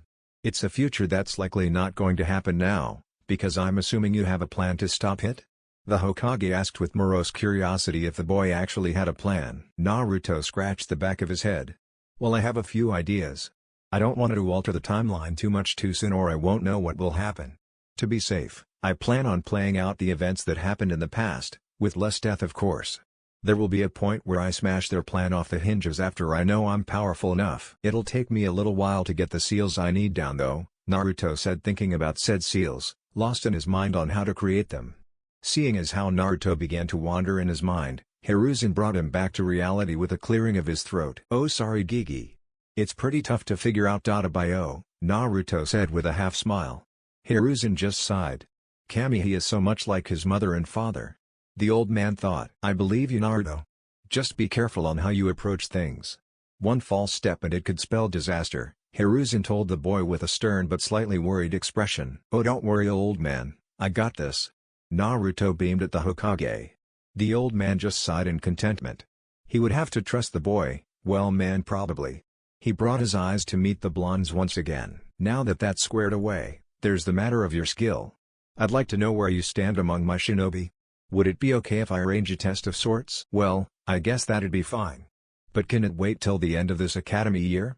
Then I'll officially be a ninja under your command and I don't have to worry about the stupid council hounding me all the time, Naruto said with a bit of irritation. I swear they're more insufferable than they were back in my time. Hiruzen just nodded in understanding. He'd have to do something about the council now that he thought about it. They had been allowed far too much power in these times of peace. Once the Yondaime died during the Kyuubi attack, they had all but snatched all the power they could in the time it took for himself to take the seat again. He just rolled with it, not really needed the power since they were out of wartime. Knowing that another one was coming, he'd have to rectify that. Oh, and another thing, what of Itachi? You mentioned you knew of his sacrifice. What happened to him? Hiruzen hated doing that to the boy, but he didn't really have a choice at the time. Oh. Sasuke killed him. But Kabuto made the mistake of reviving him as well and he turned against him using Shisui's Sharingan, which I'm going to assume he'll still give to me via one of his crows. After I heard about what he did, I've respected someone as much as Itachi. When shit really hits the fan, I'm going to have to seek him out and see if he'll join us again, or at least can be an ally to the Leaf. Coming back probably wouldn't go over too well with a lot of people now that I think about it. Yes, you're quite correct. An ally however isn't so far out of the question. We'll see what happens, Hiruzen says with a ghost of a shrug. Naruto did catch the action though. He quietly snickered to himself at seeing the old man do something so un-Hokage-like. Anyways, is that all you need me for? Naruto asked, standing up. Yes, I suppose that will do for now. Actually hold on, as I recall you said Kakashi was your sensei? Hiruzen asked with an expected look. Naruto just shrugged before answering. Well yeah, the top student and bottom student get put on the same team. The top one being an Uchiha, the last one at that, so it would only make sense if Kakashi be on his team to teach him about the Sharingan, Naruto said matter-of-factly. Wait, how do you know? Oh wait, yeah, of course. Forgot who I was talking to for a minute. Don't worry about it, Gigi. Getting old does that to you, Naruto said with an audible snicker. Hiruzen just shot the boy a glare that had no malice behind it. Well, thanks for the info, Naruto. I'm sure I'll have more questions in the future. But now I have to get back. He gulped slightly, glancing at the stacks of paper to his side, to work. Naruto smirked at the old man's menial struggles as he walked out of the office. As Naruto walked by the secretary, an idea spawned in his head. Just because he couldn't alter the timeline, didn't mean couldn't mess with people a little. He walked up to the secretary's desk, noting the small nameplate on it. He leaned on the desk with his elbows to garner a reaction. The secretary, Akari Kyoko as it seemed her name was rather pretty. She had smooth skin with gray eyes. Her hair was a lighter blonde than his, although not quite as pale as a Yamanaka. She wore a standard Chunin uniform with her hitai tied around her left arm. It was obvious she didn't see combat, since she was stuck behind this desk all day. She looked to be around 22, maybe 23. She had sharp features that complemented her gray, ashen eyes. Yo, Naruto said with a grin. The girl looked up from her work with a scowl. What do you want, brat? You already saw Hokage-sama, what else do you want? She spat out. Naruto just ignored her tone, still grinning at her. What's with the scowl? You're far too pretty to have that kind of face. Lighten up and smile. It'd suit you so much better. Naruto prodded, trying to get a reaction from the girl. She just scoffed and looked to the side, a brush of red touching her cheeks. Whatever, demon. Go away, I don't want to speak with you. She risked a glance at the still smiling boy in front of her, looking away with a tad more red than there was before. Even though he's the demon, I guess he's still kinda cute for a kid, Akari thought to herself. Okay, Akari-chan. If you ever need anything, don't hesitate to ask. Before Naruto left, he caught the dumbfounded expression on the girl's face from the way too familiar and intimate suffix as well as first name. She just gaped at the boy walking toward the door, opening and closing her mouth like a fish. It took all Naruto had not to burst out laughing. Once he left with Tower, he finally did, getting a few odd looks from Shinobi as well as glares of disgust from a few others. It had been worth it though. Oh, he was going to make a habit out of this, that was for sure. With that, he left for Sasuke's compound to beat him again in another spar. He could have a clone do it, but he felt like taking a break today from all his training. It'd be nice to relax, you know? Damn it, Naruto. Why can't I land a single hit on you? Sasuke panted, his hands resting on his knees. Naruto, not fazed at all, just smirks at him. Maybe if you trained a little more, you could team. And to think you had the Sharingan, with practice, and you still couldn't keep up with me. TSK Sasuke, Naruto falsely chided, poking fun at the duck-butt-haired boy. Oh ha ha. Shut up, Tobi. I will hit you one of these days, just you watch, Sasuke said with a smirk. I do believe I remember hearing that exact same thing. Oh, but when was it? Naruto, mocking the boy in front of him, put a finger to his chin as if trying to remember something. Ah yes, the last time we spared. Like I said then, I'll believe it when I see it, team. Naruto smiled at the boy, walking up and patting him on the back, none too softly. Well, I guess there's always next time. Sasuke just rolled his eyes at that. Naruto unseals a bottle of water and offered it to the raven-haired boy. He narrowed his eyes before taking the offered drink and downing it in a few seconds. The Uchiha walked over to a nearby house and sat down, leaning up against said house. Naruto joined him while the boy recovered from the lost chakra and stamina. Upon observing their battleground, there were scorch marks in several places, as well as thrown weapons littering the ground. There were even some puddles from some water jutsu Naruto had used to counter Sasuke's fireball. Sasuke had been extremely surprised when Naruto had used it, not thinking he knew anything outside of wind-based elemental attacks. There were also several Fuma Shuriken that Sasuke had tried to distract the blonde in an attempt to use his Phoenix Flower Jutsu. Much to Sasuke's surprise, Naruto just swatted the weapons away with his hands. Before dodging the fiery projectiles as if he were dodging lightly thrown pebbles. He could tell that Naruto was still far ahead of him, but since Naruto had been teaching him some things, he had improved much more than he would have if he was training on his own. He was grateful to have someone around and not be alone all the time too, not that he'd ever in a million years admit that to his blonde friend, nor would he call him as such. But he did feel like he owed Naruto. "Naruto, yeah, thanks, for helping me, and stuff," Sasuke mumbled, looking in the opposite direction of the blonde. Naruto was just in shock. Sasuke? Thanking him? Who was this? Where had the arrogance gone that Sasuke was known for? Naruto couldn't remember once the Uchiha thanked him in his previous timeline, and here he was doing it this early. Naruto had to shake his head from his shock so he could respond to the growing awkwardness. Yeah, no problem. We're friends after all, aren't we? Naruto said sheepishly, rubbing the back of his head. "HN. Is all that Naruto got in response. "Well, anyway, I'm going to head out and run a few errands. I'll see you around, team," Naruto said, standing up. "Whatever, Dobi." As the blonde walked away, the briefest and smallest of smiles came upon Sasuke's face, if only for a moment. Training Ground 44, Forest of Death. "Hold still, would you? I can't very well look at this thing with you squirming around like that," Naruto said, a little irritated. "I can't help it, I'm ticklish," Anko yelled at the blonde with a bit of pink on her cheeks. Naruto had been studying the seal on Anko once again to try to find out more about it so he could get rid of it. It had been a slow-going process, but he had been making progress. Anko could never get used to the way Naruto had to touch her neck and back to examine the markings that extended from the curse mark. Cammy, if she just hadn't been so damn ticklish. Naruto by this point had discovered that there were 3 different parts to the seal. One was to hold the chakra that boosted the user's abilities, one was to inflict the pain, and the last was to hold some sort of life force as the thing that deteriorated the mind into a husk that just followed orders. The latter could only be carried out if the user actively used the power, it seemed, as Naruto had to discover anything that the curse mark had affected. Naruto assumed that Orochimaru had sealed a part of his soul into the mark, and he wouldn't put it past the snake to do it either. It would explain how the seal's influence made it so you followed Orochimaru's orders. When Naruto first thought about this, he had to shudder at the kind of experiments the snake had to perform on not only himself, but on other helpless victims. Oh, he couldn't wait to destroy the snake in the Chunin exams.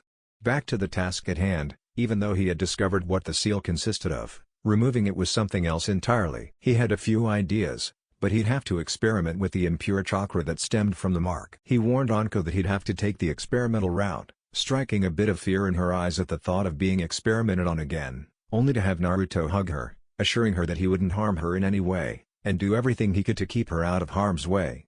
Remembering back on it, he was pleased to see that her face was flushed and red. Pushing the pleasant memory aside, he focused on the task at hand. "Okay, Anko, I'm going to need you to give in to the power of the seal, but only briefly. I need to see the full seal array so I know the counter seal won't be written wrong." She reluctantly nodded, and tried her best to conjure up the hatred that fueled the loathsome mark. Black marking began to spread across her skin as the seal array fully extended, revealing everything to Naruto. Since this was one of the early curse marks, the seal array wasn't hidden like it was when Sasuke had it. Anko had to bite her lip from the pain, causing her to bleed a little. She also struggled to keep the power at bay, as to not take her mind over. "I'm sorry, Anko, just a little longer," Naruto said with concern in his voice. He was trying his best to write down all of the seal he could see so he could study it without having to go through this again. After a few minutes, he was done. "Okay, Anko, I'm done. You can stop now," the blonde said with sadness in his voice. He hated doing this to his now close friend, but it was the only way he could think of to help her. "I can't," Anko screamed out. Getting worried now, Naruto pulled out a new sheet of sealing paper and began writing out kanji. In less than a minute of Anko's suffering, Naruto slapped his completed seal on top of the curse mark after prying Anko's hand of it, suppressing the tainted chakra. The pain leaving her, she just panted from the experience, exhausted from having the chakra forcefully sealed away. Naruto just sighed in relief. "Let's not, ever, do that, again," Anko wheezed out between pants. Naruto nodded and rubbed the purple-haired girl's back. He suddenly started blushing, though, noticing that she was only in a black lacy bra, leaving hardly anything to the imagination. He looked away before grabbing her trench coat and wrapping it around her shoulders. "Oh, so now you want to preserve my modesty," she said with a seductive smirk, albeit an extremely tired one. "Oh whatever," is all Naruto could come up with as a retort. "Anyways, I have all I need from you now as far as the seal goes. I'll let you know if I come up with a counter seal," Naruto said, still slightly blushing with a small pout. "Sure thing, Gaki. Maybe not today, but when I come back next week, I'll be kicking your ass again," she said with a sadistic smirk. "When was the first time?"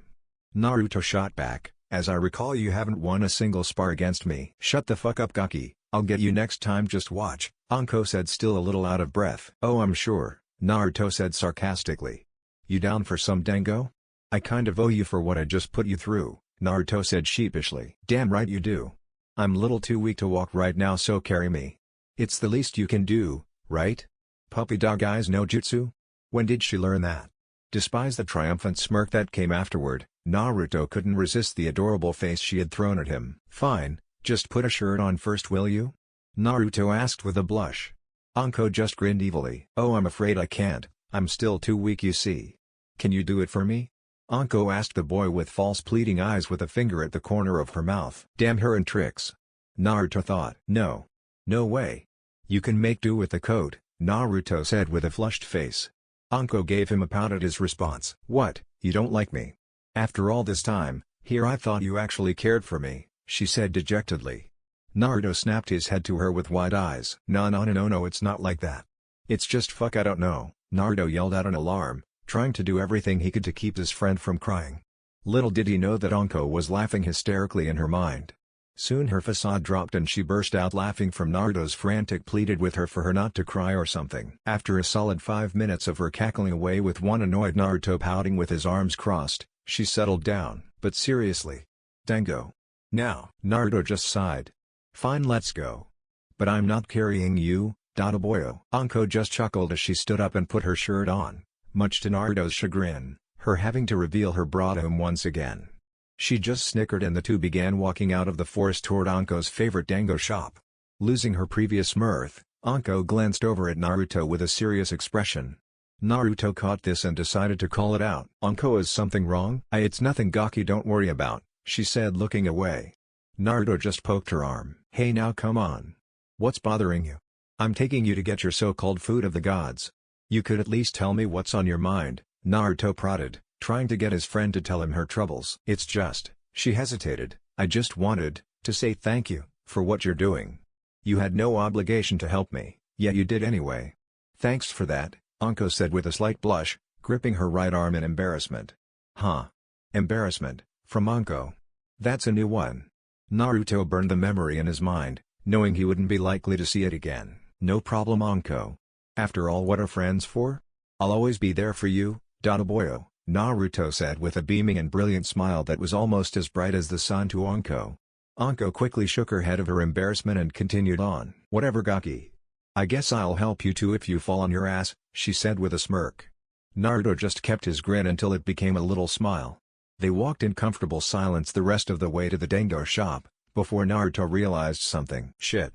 I hardly have any money right now. She's gonna clean me out." Naruto's face paled. Anko saw this and shot him a look of confusion. "What's up, kid? Something wrong?" "Oh, nothing," was Naruto's response, damn well knowing that it wasn't nothing. "Kiba Inuzuka," Iruka called out. Kiba got out of his seat with a knowing smirk. The class had been performing various jutsu as well as taking a written exam all day. Today was the graduation exams. Iruka stood at the front of the class expectantly. "Just like your classmates before you, you are to perform the clone jutsu. As you know, you need at least 2 fully functional clones to pass. You can begin whenever." "Ha! Child's play. I got this in the bag," Kiba exclaimed arrogantly. He walked over to the front of the class with Akamaru on his head as usual. He readied his stance and put his hands in the ram sign. "Clone jutsu." And with 4 puffs of smoke, there stood 4 Kibas, all with smirks on their faces. "Very good, Kiba. You pass," Iruka said with a smile. Then with 4 more puffs of smoke, the clones dispelled. "Hey, told you so. I bet I can make the most in the entire class." Naruto couldn't help but think that Sasuke's lost arrogance must have migrated to Kiba. The dog boy sat back down and propped his feet on his desk and put his hands behind his head. Iruka just sighed at the boy. "Man, I sure hope that kid grows up. His arrogance might get him killed on a mission one day," Iruka thought solemnly. "Alright, next up is Sasuke Uchiha. Please come to the front of the room," Iruka said with his trademark teacher smile. Sasuke just huffed disinterestedly and got up to make his way over. Naruto shot him a smirk and just couldn't resist. "Come on Sasuke-chan, you can do it. Don't mess up and make puddles of goo," Naruto yelled with a grin. Sasuke just gritted his teeth at the fangirlish remark. He just muttered whatever dobe under his breath as he took his position. Naruto's remark however brought a wave of snickering from the other boys in the room as well as Iruka, and a wave of glares from the girls, aka a fan club to Sasuke. Sasuke just waited for the snickers to die down before he readied his stance. He, unlike Kiba, had a relaxed pose and pulled up one hand in a half-ram seal. Without uttering the jutsu, 10 puffs of smoke filled the room. There standing were 10 Sasukes. "Great job Sasuke. You definitely pass with flying colors," Iruka said with a grin. Sasuke just dispelled the clones and went back to his seat, all the while the fan club to Sasuke were cheering loudly at the oh-so-talented Uchiha. Sasuke just sat down with a huff. "Hey, good work there Sasuke-kun. For a minute there I didn't think you'd be able to pass," Naruto said with a devious smirk. Sasuke just shot the blonde a glare. He would remark on Naruto's lack of ability to do better, but Sasuke very well knew what Naruto was capable of, or at least what he showed him in their sparring sessions. He knew that Naruto could make shadow clones already, so regular clones would be a joke for him. Sasuke then turned his head with a chin to look out the window. So far, all the tests had been painfully simple for the raven-haired boy. He could only imagine what Naruto was going through. "Next up is Naruto Uzumaki," Iruka said with a smile once again. Naruto smirked at this and decided he'd show off just a little before he intentionally, or rather unintentionally failed. Naruto had been thinking about this day for a while now. He wasn't sure whether or not he'd show off any or if he'd just wait until they were assigned teams. He decided against it for the most part, but this being the last test that he knew he was going to fail, the blonde changed his mind. "Alright sensei," Naruto said exasperatedly while waving his hand in front of his face. "Do your best Naruto," Hinata said almost inaudibly. Naruto caught it however and smiled. "Thanks Hinata-chan." With that Hinata's face grew bright red and snapped her head down to stare at her lap. Then, before anyone could blink or even think, Naruto was just gone from his seat. Iruka was confused at first, then widened his eyes in realization. He seemed to be the only one that caught on too, because the rest of the class were either not paying attention, or were confused but not interested enough to care. "Let's get this over with sensei." Iruka shot forward and turned 180 degrees to see Naruto lean back against the chalkboard with his arms behind his head with a bored expression. Iruka's sudden movement caught the rest of the class's attention and just added more confusion to the confusion that was already present. The only one that didn't really notice was Hinata, her being too wrapped in her thoughts about her not-so-secret crush. Mukuzi also noticed Iruka's movement, but had otherwise not been paying attention, his nose being in a few stacks of documents. Not paying it any mind, he returned to his papers until he noticed blonde and orange. Iruka quickly relaxed his battle stance and tried to wipe the look of shock off his face the best he could. Yes, please continue when you're ready," Iruka said a bit shakily. With that Naruto walked to the position in front of the lectern. Our favorite purple-haired girl that was sitting in the seat next to Naruto's looked up out of her daze and then couldn't help but silently cheer on her object of affection. "At first I didn't know what happened, but now that I do I just can't believe it. Naruto just moved from his seat to directly behind me in a mere instant. Silently at that. I didn't even see him move. It's like he teleported or something. That kind of speed is absolutely unheard of by someone that young. Just what are you, Naruto? Have you been hiding your true potential from everyone?" These were the racing thoughts of Iruka, having a mini freak-out in his head. "Alright, here I go," Naruto exclaimed. He squatted down and took the same stance Kiba did. After growling a bit in concentration, one puff of smoke appeared next to the blonde. After the smoke cleared, there was a very sickly-looking Naruto laying on the floor with its tongue unfurled and swirls for eyes. "Well, I guess that didn't as good as I thought it would," Naruto said with a chuckle, very well knowing that this would be the result. With the insane amount of chakra that he has, Naruto was surprised he even managed to get the clone to look like this. He was slightly worried that it might have exploded or something. With that thought, he suddenly got an idea for his shadow clones, but filed it away for later. There was silence in the classroom for a few seconds, until the entire class, minus a few, started bursting out laughing at the failed attempt at one of the simplest jutsu. Naruto just chuckled sheepishly, scratching the back of his head. Iruka, seeing all of this, just couldn't make sense of it. Here was a boy that just demonstrated Jonin-level speed, if not greater, moments ago, and yet he couldn't produce a single clone. After about a minute of fast-paced contemplation, Iruka calmed down and just decided that the speed he witnessed, or rather didn't witness was either a fluke or just him simply not paying attention. Iruka took a deep breath and then started to try to get the class to quiet down. Sasuke was up in his seat in disbelief. He knew Naruto was capable of making sealess shadow clones, yet he couldn't make a single clone? He was just as confused as Iruka had been. Wow Naruto! Nice clone you got there. If I ever need a footrest I know who to ask, Kiba exclaimed while holding his sides from laughing. Yeah, I guess I'm just not cut out for being a shinobi, Naruto said sarcastically, chuckling at the comment. His sarcasm went unnoticed however amongst the noise. After a few minutes Iruka had had enough, and then used his big head no jutsu, so screamed to get all of his students to shut up. After this, Iruka just sighed. Okay Naruto, I'm sorry but you fail for the third time. Better luck next year, Iruka said dejectedly. He was really hoping that Naruto would graduate this year with the friends he had made in his class. But there was nothing he could do unfortunately. Naruto sighed in defeat and headed for his seat. He plopped down with mock sadness, which Sasuke picked up on. Hinata, not knowing what Sasuke did about Naruto's abilities, had a worried expression on her face. It's okay Naruto-kun. Maybe you'll do so well in the other areas that they'll let you graduate, Hinata said softly, cautiously looking up at her favorite blonde. Don't worry about it Hinata-chan, I'll be a shinobi this time next week, just you watch, Naruto whispered confidently. Hinata looked back down at her lap with a smile. That's Naruto for you. He never gives up no matter what, Hinata thought fondly. As Iruka continued reading off names for students to perform the jutsu, Sasuke decided to find out what was up with his blonde rival. Sasuke leaned over to Naruto to whisper. Hey Dobi, what's going on? I know you'd be able to pass this idiotic test. Why did you fail it on purpose? Naruto just chuckled. Believe or not Sasuke, it wasn't on purpose. I have so much chakra, that making clones is nigh impossible for me. They require so little chakra, that producing even 20 functioning ones would be like taking a grain of sand out of the desert of Suna.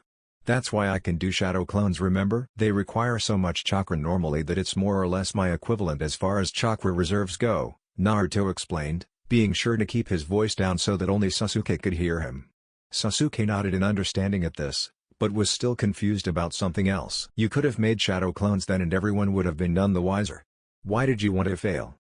I'll tell you later. I do have my reasons though. Don't worry, I'll be a certified shinobi by the end of the week, Naruto whispered with a smile. Sasuke smirked at this, trusting the blonde's judgment. Whatever Dobi.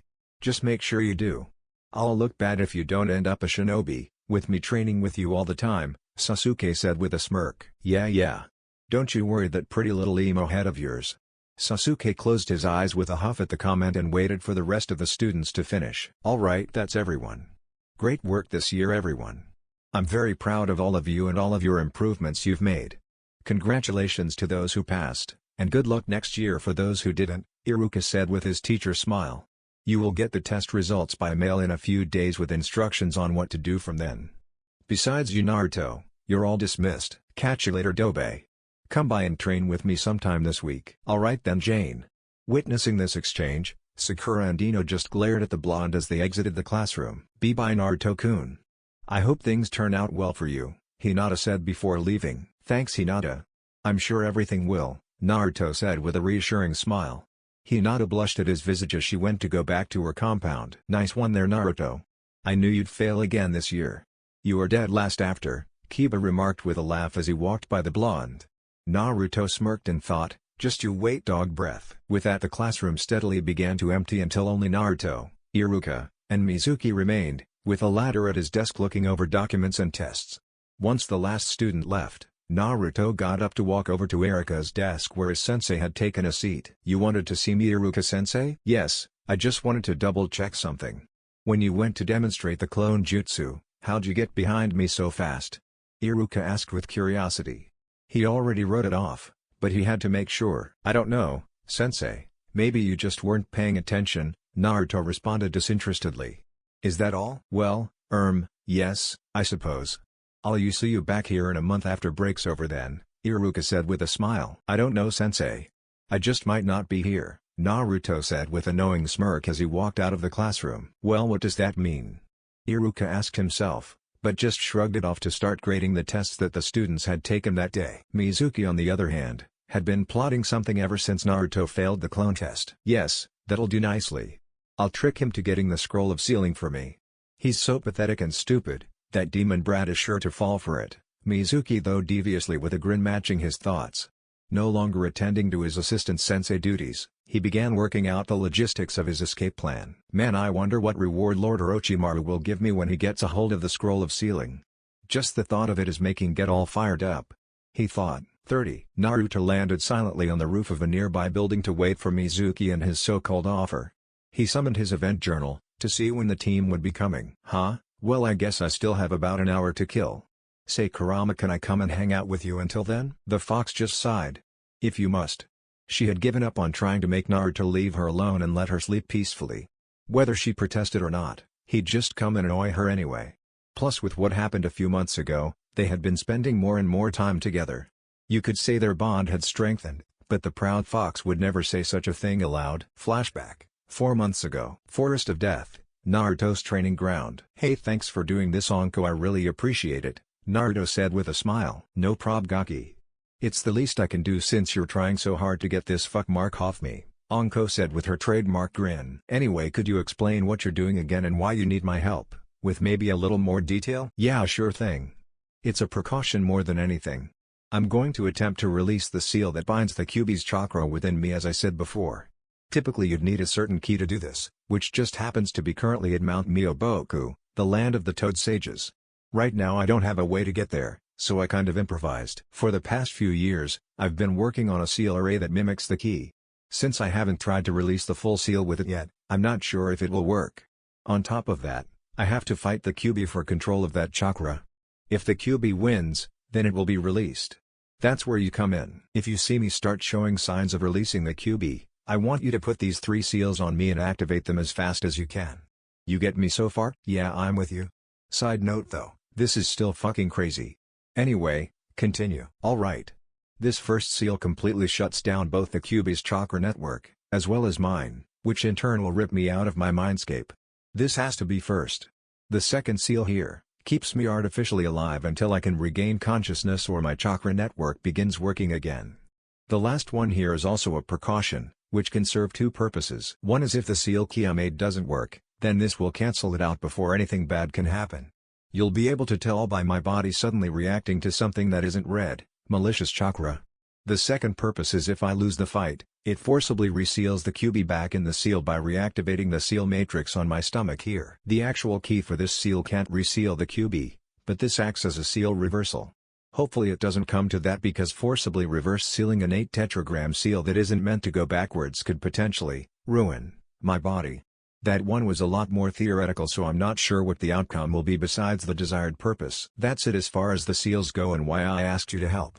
I also want you to make sure the barrier seals I put up around this place hold. I'm pretty sure they will, but it's once again just a precaution. Is that enough detail? Because I could go into the intricacies of the complex sealing matrices and how they function. No, Anko stated firmly. Her head was already spinning from the influx of information she was receiving. She was by no means unintelligent, but this Fuinjutsu went way over her head no matter how simple. Anyway, so I put these 3 seals on the seal on your stomach if I think the Kyuubi is about to escape, and this third one if your key thing doesn't work. That about cover it? Yeah, more or less. Anko swatted the back of the blonde's head. Then you should have just told me that. I don't give 2 shits about what they do as long as they work. Jeez.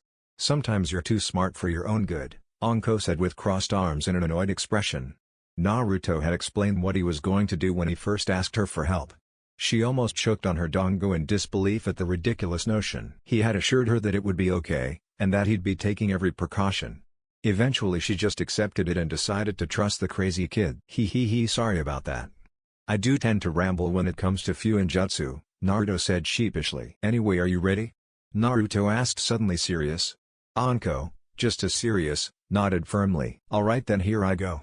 Naruto, in his typical meditative pose, closed his eyes and reached into his mindscape. So are you sure you're ready to do this?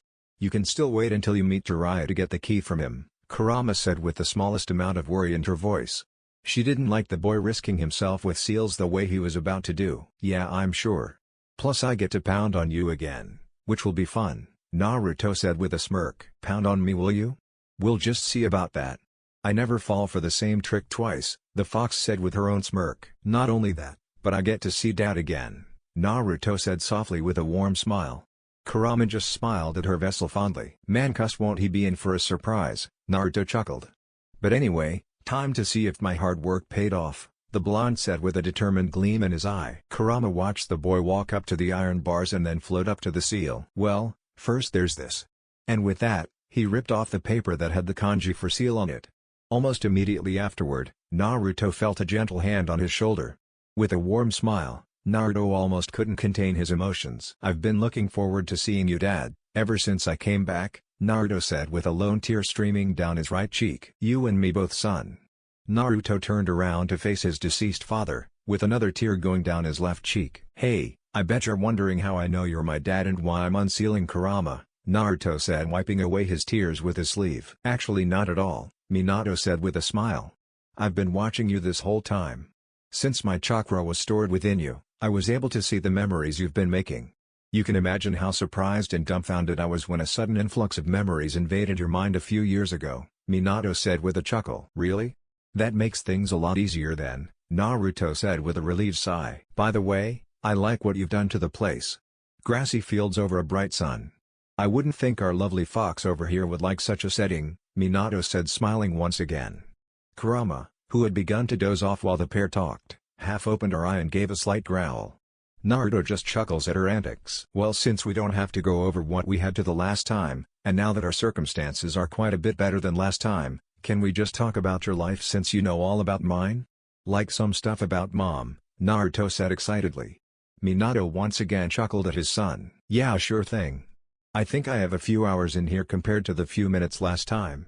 Now where should I start? Over the next few hours, the two blondes talked about Minato's life. What had happened before Naruto's mind came back in time, times Minato spent with Kushina, and adventures that Minato had as a shinobi early on in his life. Both were now just looking up at the artificial clouds with content smiles on their faces. Well, Naruto, I'm so happy that we got to do this, and I'm so proud of who you've become, as well as what you've accomplished. Kami, like making a reverse 8 tetragram sealing technique, that's just insanity. I would have never thought it possible. Hey, but leave it to the son of an Uzumaki. Yeah, thanks for this, Dad. I think out of all the memories I've had in this life and previous, this is one of the best ones I've had. I'm glad, Naruto. With that, Minato began to light up and flake away. Both of them then stood up. I don't have much time left.